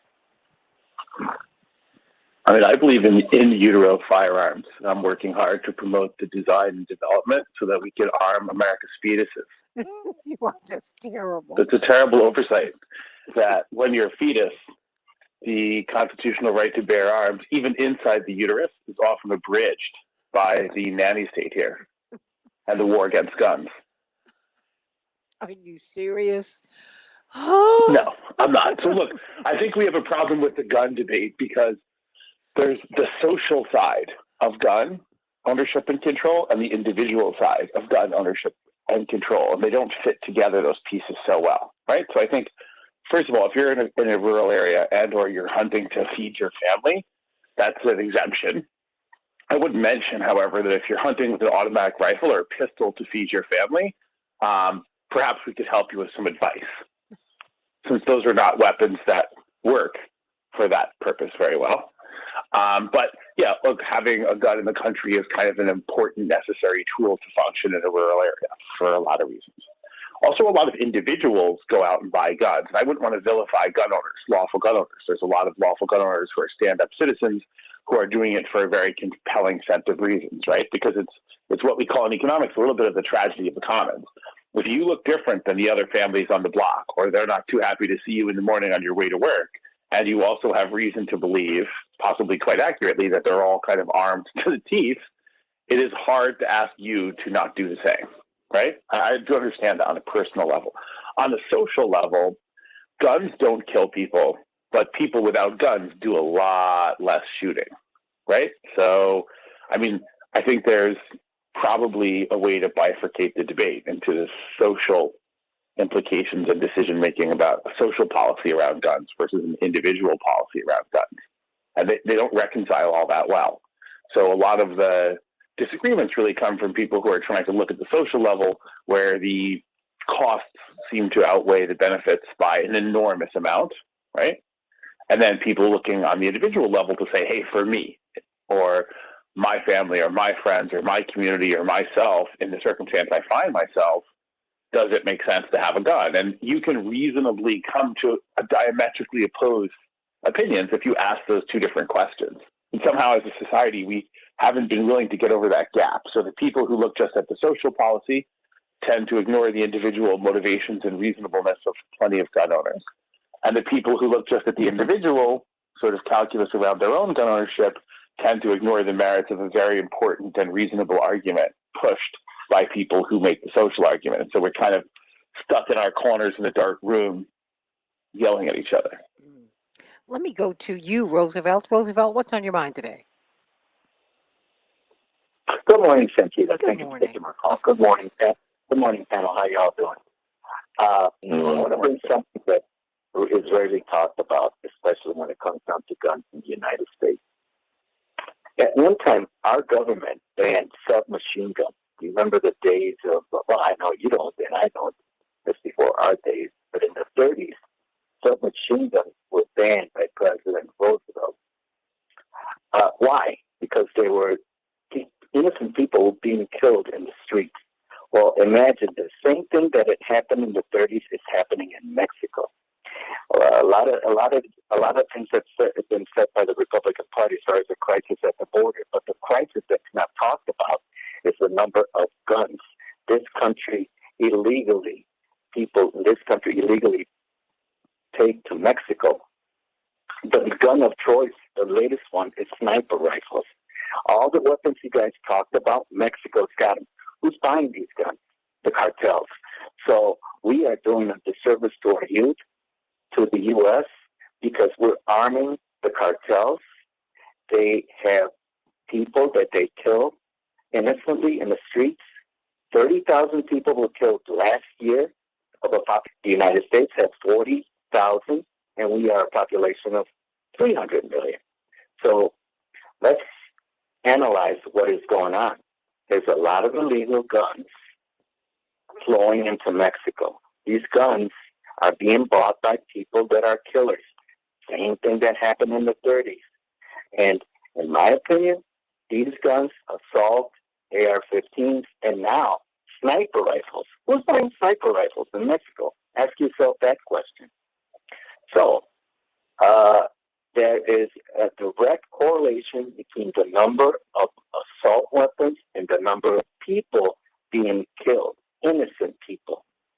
Okay? So that's what I wanted to bring to the conversation. Okay. And there is no reason why you or me have to have in our possession a weapon that was designed to cut a person in half. And when all these conversations come to the forefront, I keep on thinking of David Hogg, the young man that was at Parkland and confronted Senator Marco Rubio, a senator that received, and that's another thing, Santita, that's got to be talked about, received $3 million from the NRA. Ex-President Trump got $30 million. And remember, he was hugging the big shot at the, I don't know the guy's name, at the NRA. After a week, he had them from Parkland and said he was going to do something about it, and he didn't.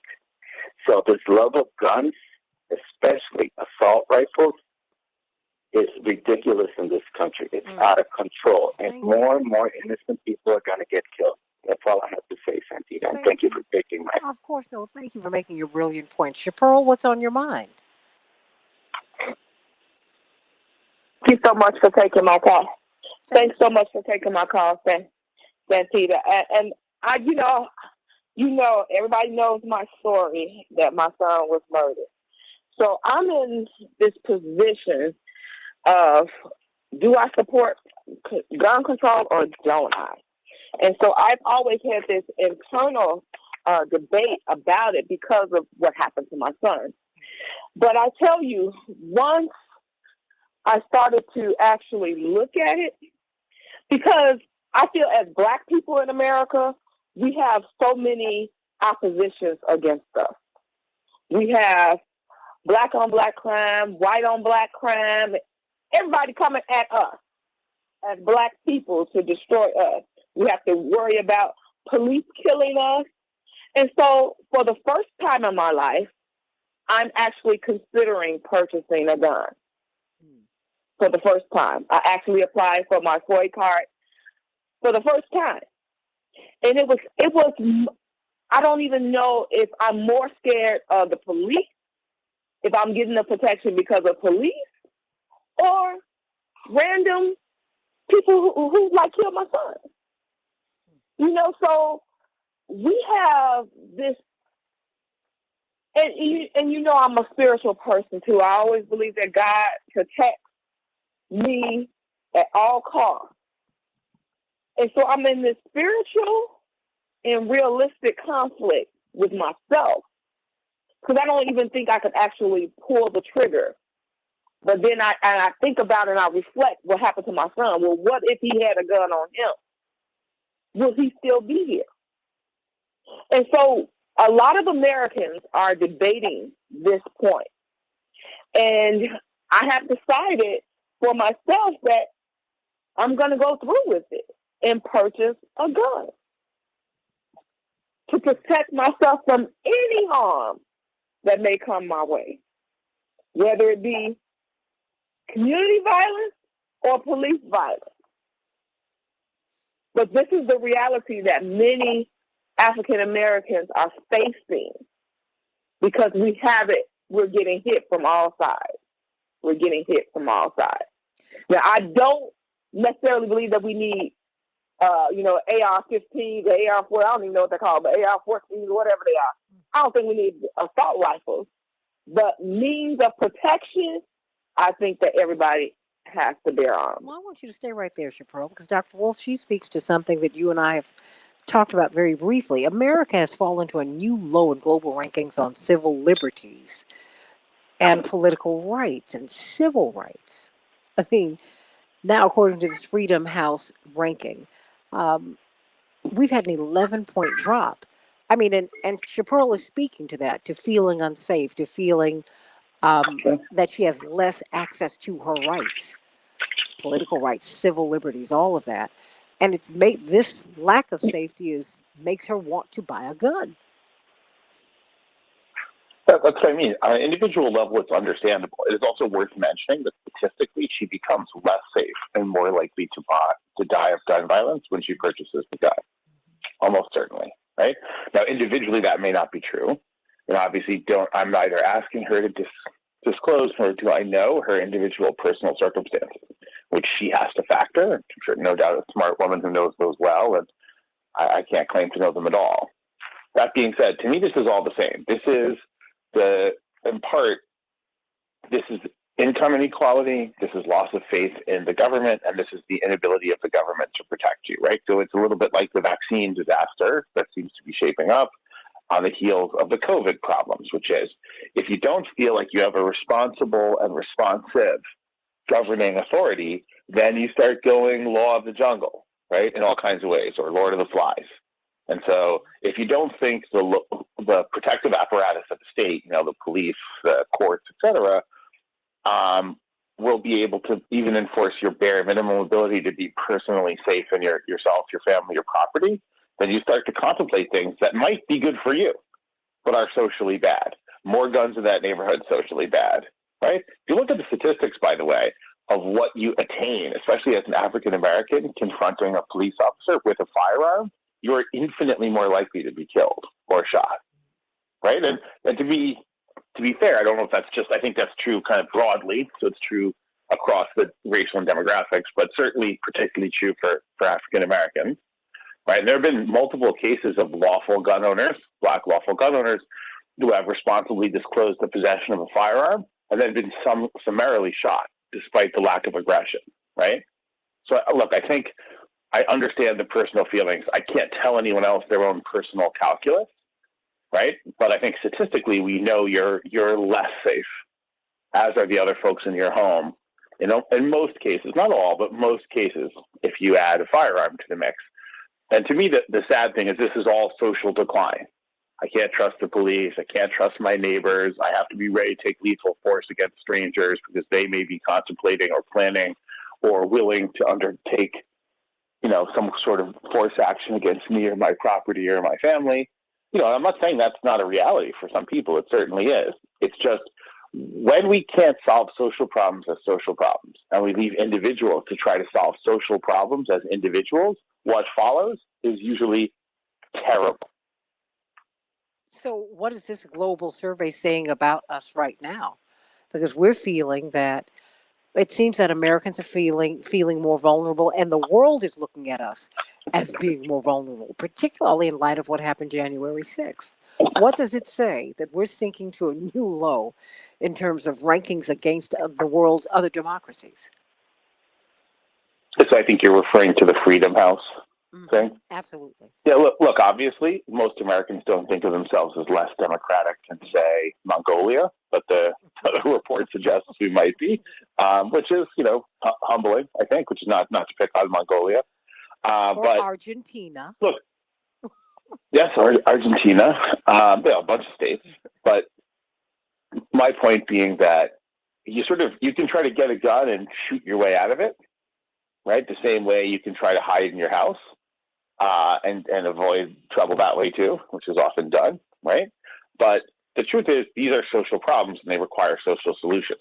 So the truth is, if one guy can take enough out of another guy's wallet in a scuffle to materially enhance the quality of his family's life for a month or two, you're going to have interpersonal violence, almost for sure, right? Because the level of inequality and the lack of help, lack of social safety net, are a pretty nasty cocktail, right?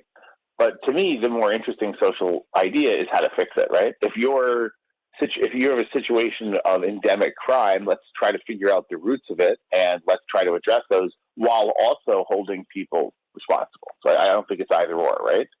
But the bare minimum that you need for social cohesion is people to have some sense that the state can keep them safe, right? And that they have some chance of getting a governmental response when they need one because the neighbors are shooting at the cars on the highway or breaking into apartments or vehicles or whatever it is.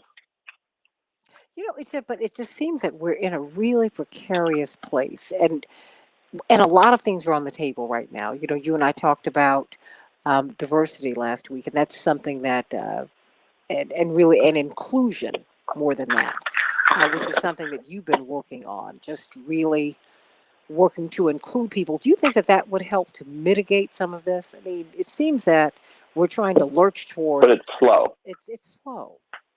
It's slow. I think it's very, very important, okay? I think the long game always matters. But I think being more inclusive and helping people climb the ladder, corporate ladder in the world sort of business ladder and the private sector, public sector ladder is super, super important and long-term essential. But I don't know if it solves immediate problems, right? So I don't know where it is in the short term. I think you need a short-term response distinct from and separately articulated from the longer-term response. But look, I think we were in a lot of trouble before. I think to some extent, 2016 to 2020, one of the things I thought was sort of shocking and appalling about it was this sort of the media, the public attention, the focus, certainly what worked in the government, which wasn't much. So massive long-term damage was done to the structures of the American state through corruption and incompetence. Right? We always have corruption and incompetence. Wasn't invented by the last regime, won't end with the last regime, nothing like that. But the levels were a bit unheard of from the last group. I think that hits particularly hard a weakened body. Those blows land hard on a weakened body, and the body democratic was weak way before 2016. But 2016 to 2020 was kind of like a windfall for wealthy people and a 4-year rage party for the shattered remains of the white working class. And we tended to forget, such small groups as women, people of color, and the young. And so those communities, which together make up the majority of people in this country, are beginning to stumble battered out of a 4-year kind of rage cycle directed against them, and an economic implosion that has particularly hard hit them, and a pandemic which, as much as some people feel like it's over, is very much ongoing. Right? So lots of people are discussing what it's like now that we're done with the pandemic. I feel the need to be hopeful too, but that's crazy because we're still in it. So, it's just a lot to ask people to shoulder. But how do we begin to get out of this? I mean, at this point, we now have. It's almost as if it just feels so Trumpian. We've got this issue at the border, right? I mean, thousands upon thousands of unaccompanied children who are not coming from Mexico. They're coming from Ecuador and Venezuela. I mean, they are. Honduras, El Salvador. Oh, absolutely. So, that's a good point. A lot of our crises are also not as bad. They're crises because it's a better news story and it whips people up into a frenzy more than they're overwhelming. So what happened is we do have a lot of people crossing the border. That's 4 years of pent up. That's also the systematic destruction of the infrastructure we did have to handle these people over a 4-year war against the asylum seekers and refugees that was waged by the federal government. Pretty effectively just destroyed the systems. So that's a matter of standing things up. And I think it's actually pretty manageable. I don't know that that's true of all these problems, but I think that one is fairly manageable. I also think that immigrants and immigrant labor built America in the same way that under and uncompensated black labor built America. And there's a little bit of a game going on here of this sort of mongrel horde coming over the border, which is an old racist trope that we have all the time in this country. And I don't think it serves us well from a policy perspective, right? Like, I'm not saying there aren't a lot of people trying to come in, but I'm saying it's not overwhelming. And a larger number of people fly in and overstay their visas, and we never talk about that. And they're from Canada. It's just the image people have of poor, dirty people of color running across a field into America is seared into the American mind. But a lot of people just come in. But, Max, there's also a sense of entitlement. I was talking with a friend of mine who's Canadian and white, and he was decrying all of the people. Now, mind you, he was not a citizen at the time. Well, he had just become a citizen, and his daughter, who was Canadian, was in line to become a citizen. And he was really, really offended by all of these. Well, by all of these people who were trying to illegally enter the United States. I said, most people who overstay their visas are your countrymen and women. What are you talking about?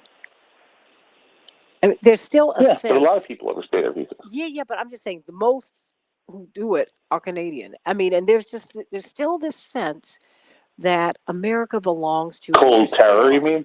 Well, no, it's that this is supposed to be for Europe. I mean, even Margaret Thatcher talked about Europe on both sides of the Atlantic. The Europe that is the United States and the Europe that's old world Europe. I mean, I'm not saying, look, our immigration policy is terrible. It abuses a lot of people. It's an emergency. It needs to be fixed. So I'm not denying any of that. I just feel like I wouldn't put that on my top 20 list, and I wouldn't worry that I was wrong. I think we have a bigger problem, which is more of what you've alluded to this morning about. Like, I think we've become a place that people with options might not want to come, which is the bigger problem for us who live here now, right? We've become a place where it's hard to get a job, and it's a lot harder to get a job where you can have any path up, that to do better by being a good employee. It's hard to get a job with a living wage. It's hard to keep a job with a living wage. It's really hard to get a job with health insurance in a pandemic, right? And it's really hard to get and keep health insurance. It's really hard to save for your retirement. And this is in a society that doesn't have a good enough social safety net for you to fall back on those programs. You have to do it yourself. And so if it becomes incredibly difficult, especially for women, especially for people of color, especially for women of color, then you start to have this pattern of, look, if the society's basic role in your life, even if you're not 100% right, is brutalizing you, it's going to lead to outrage, right? And outrage festers, and outrage can very easily fester into violence and social instability. And and this is not to belittle the sufferings of the moment, but I've been saying, as you know, for 10 or 12 years, that if you build a 19th century economy with a few winner-take-all beneficiaries of the society and an enormous surplus population who cannot get and keep reasonable work, you will have 19th century social problems, which is endemic corruption, endemic crime, social instability, parties at the extreme ends, left and right, destabilizing the ability of centrist democratic parties to govern the way they have. These are the standard telltale signs, right? So, I mean, I think American democracy and the American economy have had COVID for a while, and it looks like a pretty bad case. Well, now that's the mic drop moment on the Santita Jackson Show. Everybody, I'm Santita Jackson, Dr. Max Wolf, every Thursday here at 7:30 Central Standard Time, 8:30 Eastern Standard Time. What a joy it is to be with you, Dr. Wolf, each and every Thursday. It's a joy to be with everybody. I want to thank you, Dr. D, Dwight McKee, Reverend Dr. Todd Huey, Esquire, Attorney Mark Fancher, Dr. Dr. Deborah Verholden. Ooh, no. Dr. Deborah Verholden, brilliant epidemiologist, and Pastor Darius Brooks. I'm Santita Jackson. Thank you, Dylan, for a great show. Love you, everybody. D, I'm going to come right to you just on the other side of this break. God bless you, everybody. Have a wonderful, wonderful day. Enjoy your day, and I'll be with you tomorrow, God willing, on the Santita Jackson Show. Love you much.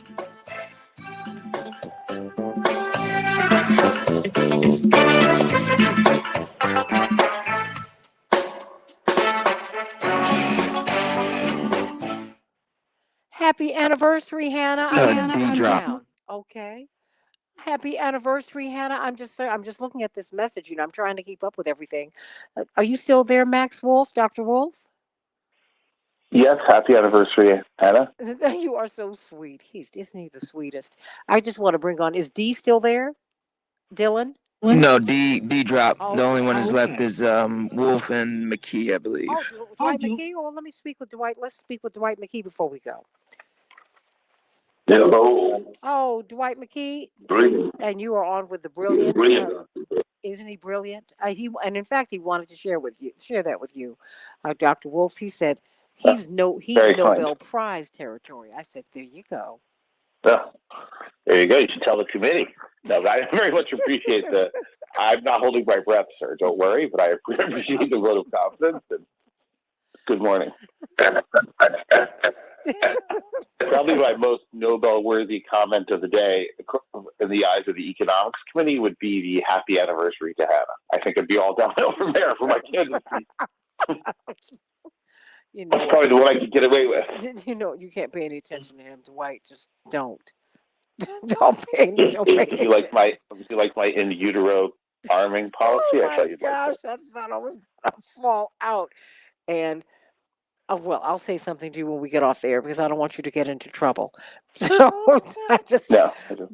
I'm sure there's a group of people out there who are already hard at work on that and think it's an inspirational conversation. Oh my gosh, absolutely. Because I didn't even get a chance to talk to you about Rashida Tlaib's monthly payments, but the conversation was so stirring about gun rights, and I still had so many callers. I had a whole lot of calls about that. That's your neighborhood too, right? It's Evanston, Illinois, which I think is I recall being basically a suburb of Chicago, right? Well, yeah, that's Northwestern. Of course, you were looking at that's how I University of know it, Chicago. right? Because university. Yeah, yeah. So that's But it's right there, right? It's like basically part of the Chicagoland metro zone. absolutely. I mean, look, I'm on the other side of it. It's a lakefront community, really, literally. If I take the street that's in front of my building straight up, I'm in Evanston in 20 minutes, 30 minutes. Oh wow, yeah. Oh yeah. No, I mean, I'm literally right here. I'm just literally on the other side of it. Dwight McKee, you wanted to say something to Dr. Wolf because you called me about him last week. You were so impressed. Oh no, I enjoy listening to him. He's just so on point in that analysis he made about this trying to apply these 19th century principles that you end up with 19th century society. I thought was just a brilliant analysis. So I just enjoy listening to him. Oh, absolutely. Yeah. Absolutely. But it's true. There's interesting work a little bit that I don't know very well. That's very kind of you, sir, but it's pretty interesting that the way it's sort of there was a ritual of cathartic abuse of Native American communities, particularly in the Northeast, that was actually studied. And so there is a long history of people who don't succeed as sort of cisgendered, I guess is the term these days, cisgendered white males who have found a social outlet in acts of aggressive violence. I mean, they're not alone. Other folks have done it too, so it's not just that group, but probably overrepresented in the group. And I think, to me, the really sad thing is the spree killings of this week just remind us how people are reducing their quarantine provisions. Yeah, that's because we were having lots of spree killings before too. And, it's a little bit like there's always some, non-genius on the news who decides to have a big piece about how it's great that we haven't had any school shootings in August. And you're like, yeah, because the schools have been closed. Not a huge success. I don't think I'd put that on my winner board. Oh gosh. Ooh. Right, but if you make everyone stay inside, you don't allow crowds, then folks don't have a chance to go and shoot everyone in the crowd. Right, so. I mean, I just don't think we want to be celebrating that we didn't have any for a while, because I think it might have been because of lockdown. It seems like a pretty weak reason. Was that not an odd celebration? And the Pantheon. Was that crazy? So yeah, nobody's out. I probably think one thing that's weird that wouldn't be always shared is that the economy does as much violence as people do to each other. Maybe I just think this because I'm an economist, okay? But preventing a guy from getting a job to support himself or his family, preventing a woman who's already struggling with being a single mom from earning enough to take care of her kid when it takes 110% of her time and 150% of her energy every day is an act of grinding everyday violence against that person's aspirations and potential. You're right. I don't really think it's not violence. I realize it's a strange definition and it wouldn't be widely agreed upon by folks. But I don't know about that, right? And I think a society that makes being poor the most expensive thing you can be is committing an act of violence against anyone who spends any time in poverty. And one of the ironies there is that most Americans will spend some time in their life financially and economically insecure. Not maybe all their life, maybe not the balance of their life, and there are obviously some who don't have that experience. But it's rare, especially when the job market and technology and circumstances are as volatile as they've been, right? Because you take people who've had very reliable jobs historically, and, a lot of them lost their jobs because of COVID, at least temporarily, right?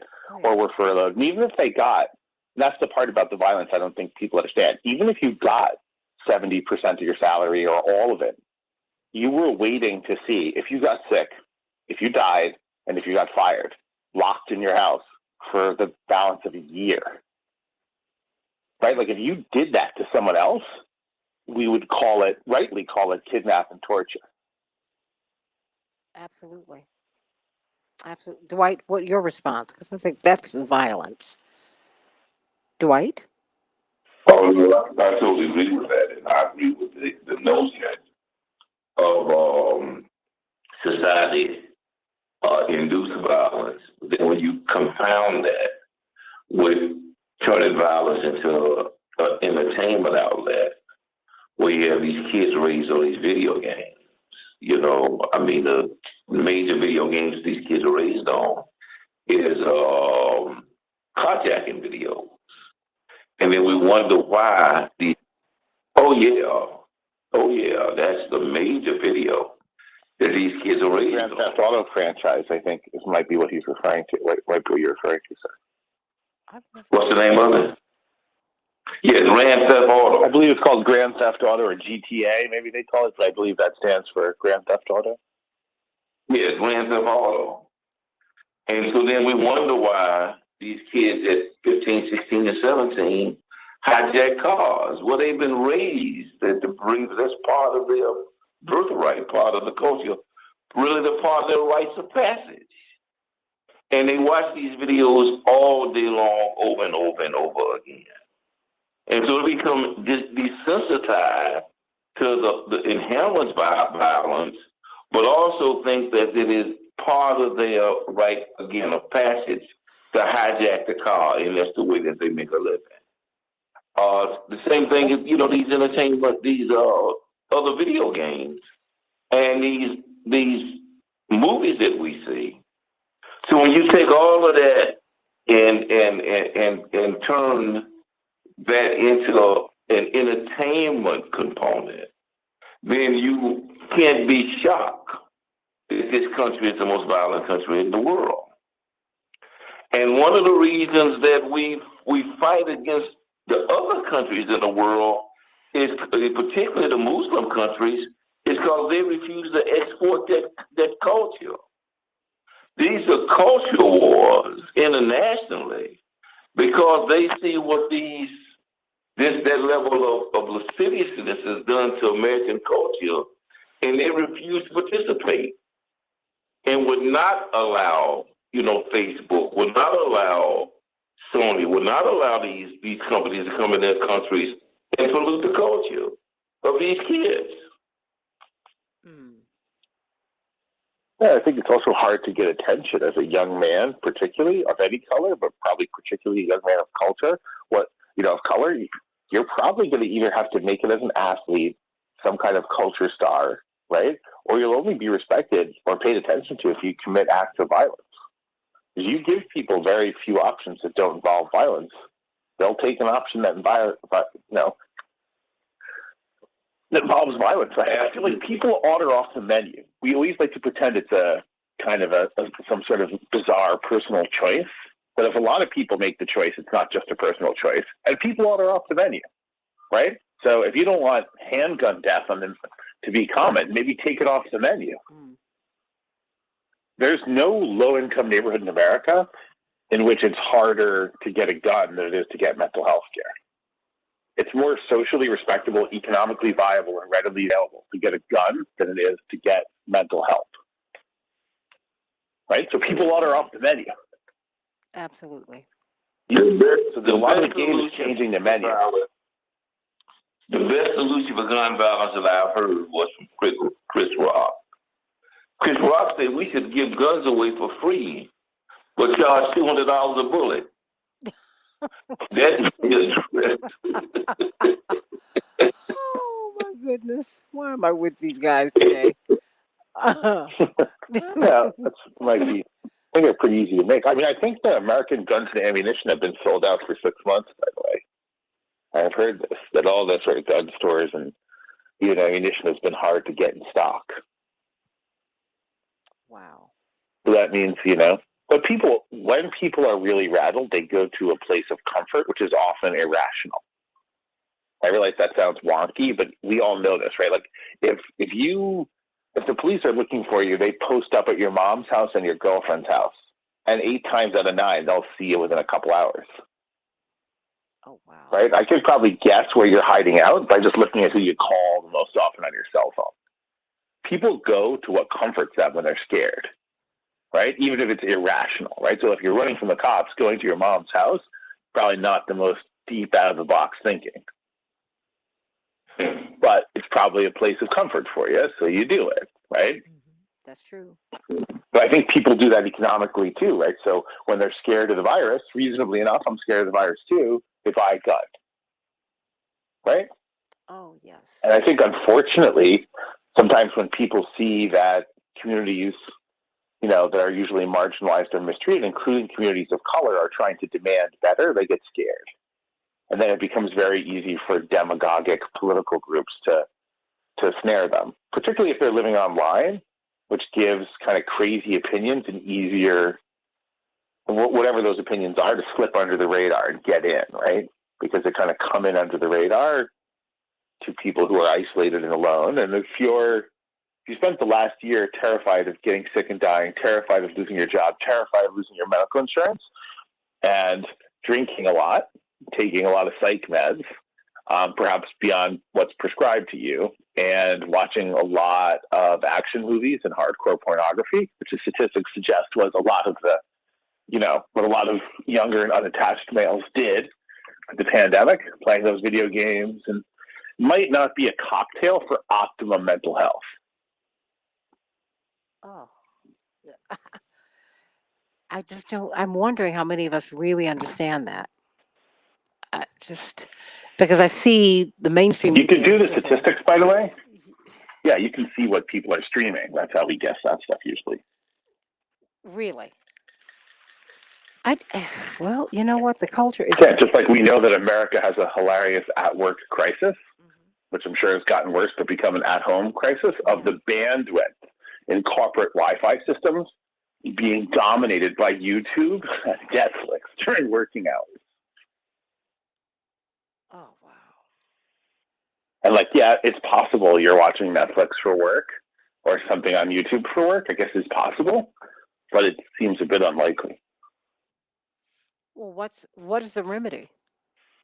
Max and White? I mean, what's your Max? What do you think? I mean, throw something at me. We're still on Facebook, by the way. We're going to be getting off shortly, everybody. But I need some thoughts, because I see all of the pundits I'm hearing are not digging down deep the way that you all are. Because the way you're presenting this is, I see cultural crisis. I see spiritual crisis. I see a crisis of identity, not just racial identity. No, it's not that simple. It's just, who are we? Who do we want to be? What did Dr. King, what was the last book he wrote, Dwight? Where do we go from here? Chaos or community? I feel like we're right here. And Dr. King is reported to have said to Harry Belafonte shortly before he was assassinated that while desegregating America was important, he saw the moral problems in the United States. He saw the moral rot. And he said, I fear, having said and having done these things, I fear that I'm integrating my people into a house on fire. I mean, America's in trouble, Max. Really. Yeah, I don't know that I am up to the task of... I do think one thing is good, so to keep in mind, there's a lot people can do when they're hopeful. Not delusional, hopeful. There's a big difference. And I think that the key to big social changes is steady progress. And I think people can get through a lot if things are getting better.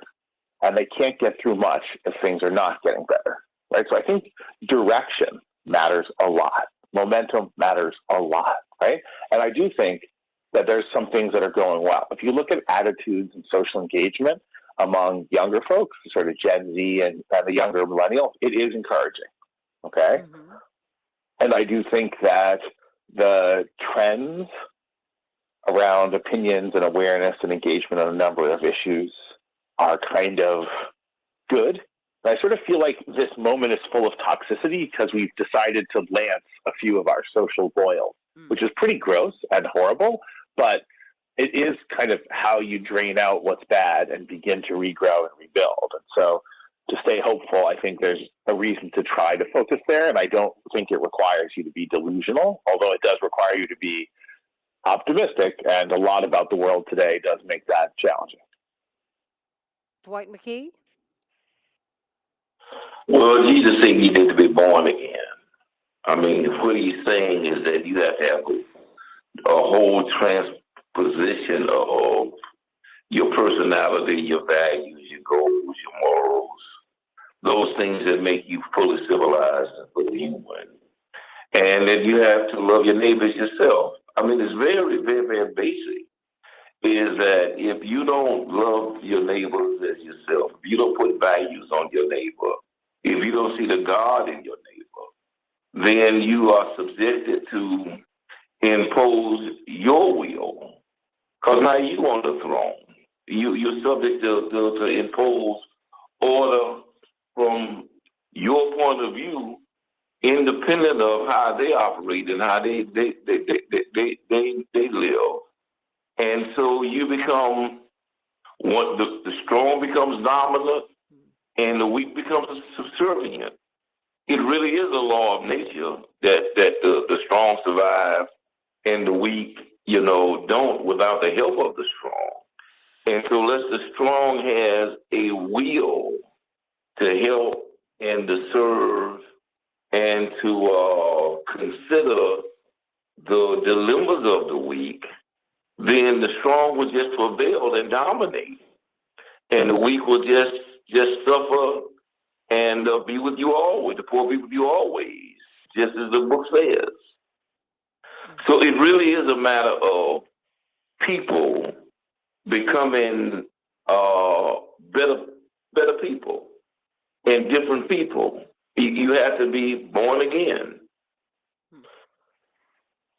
Well, I think that's it, everybody. We have to be born again. We're going to have to we're going to have to be baptized in something new, not in conquest, but in cooperation. These colonial projects. Hopefully not fire. Hopefully not fire. Hopefully not fire. That's our choice, chaos or community. Where do we go from here? It is our choice. We can choose or we can lose. We can actually win. I hope that's the choice that we will make. Dr. Max Wolf, brilliant, brilliant economist, and my dear, dear, dear friend, my brother beloved, and Dwight McKee, my dear, dear friend, and almost uncle beloved. I think I kind of missed that. Jackie and Yusuf call you Uncle D, Dr. D, because they're the babies. I'm sending you much love, Dwight McKee and Dr. Max Wolf. Dr. Wolf, I'll speak with you a little bit later today. I'm going to run into another Zoom meeting. Oh, my gosh, you guys. Thank you both for your time and your insights. I always learn more than I give out here. It's a little bit unfair, but I appreciate the imbalance in my direction. And thanks both for your efforts and your spirit and being patient enough to teach me a few things on a Thursday morning. So have a great day and much appreciated on my side. You don't. And Dr. will probably call a committee in the morning in your behalf. Wonderful, sir. Well, I hope it doesn't tarnish your reputation, but I know it'll help mine. Y'all are both crazy. Where did I find these guys? I love you, everybody. I love you. I love you, Dwight. I love you, Max. I love you, everybody. Oh, bless your hearts. Love you, Dylan. Love you, love you, love you. See you tomorrow on the Santita Jackson Show. God bless you, everybody. Have a good one, Miss Santita. Thank you, dear.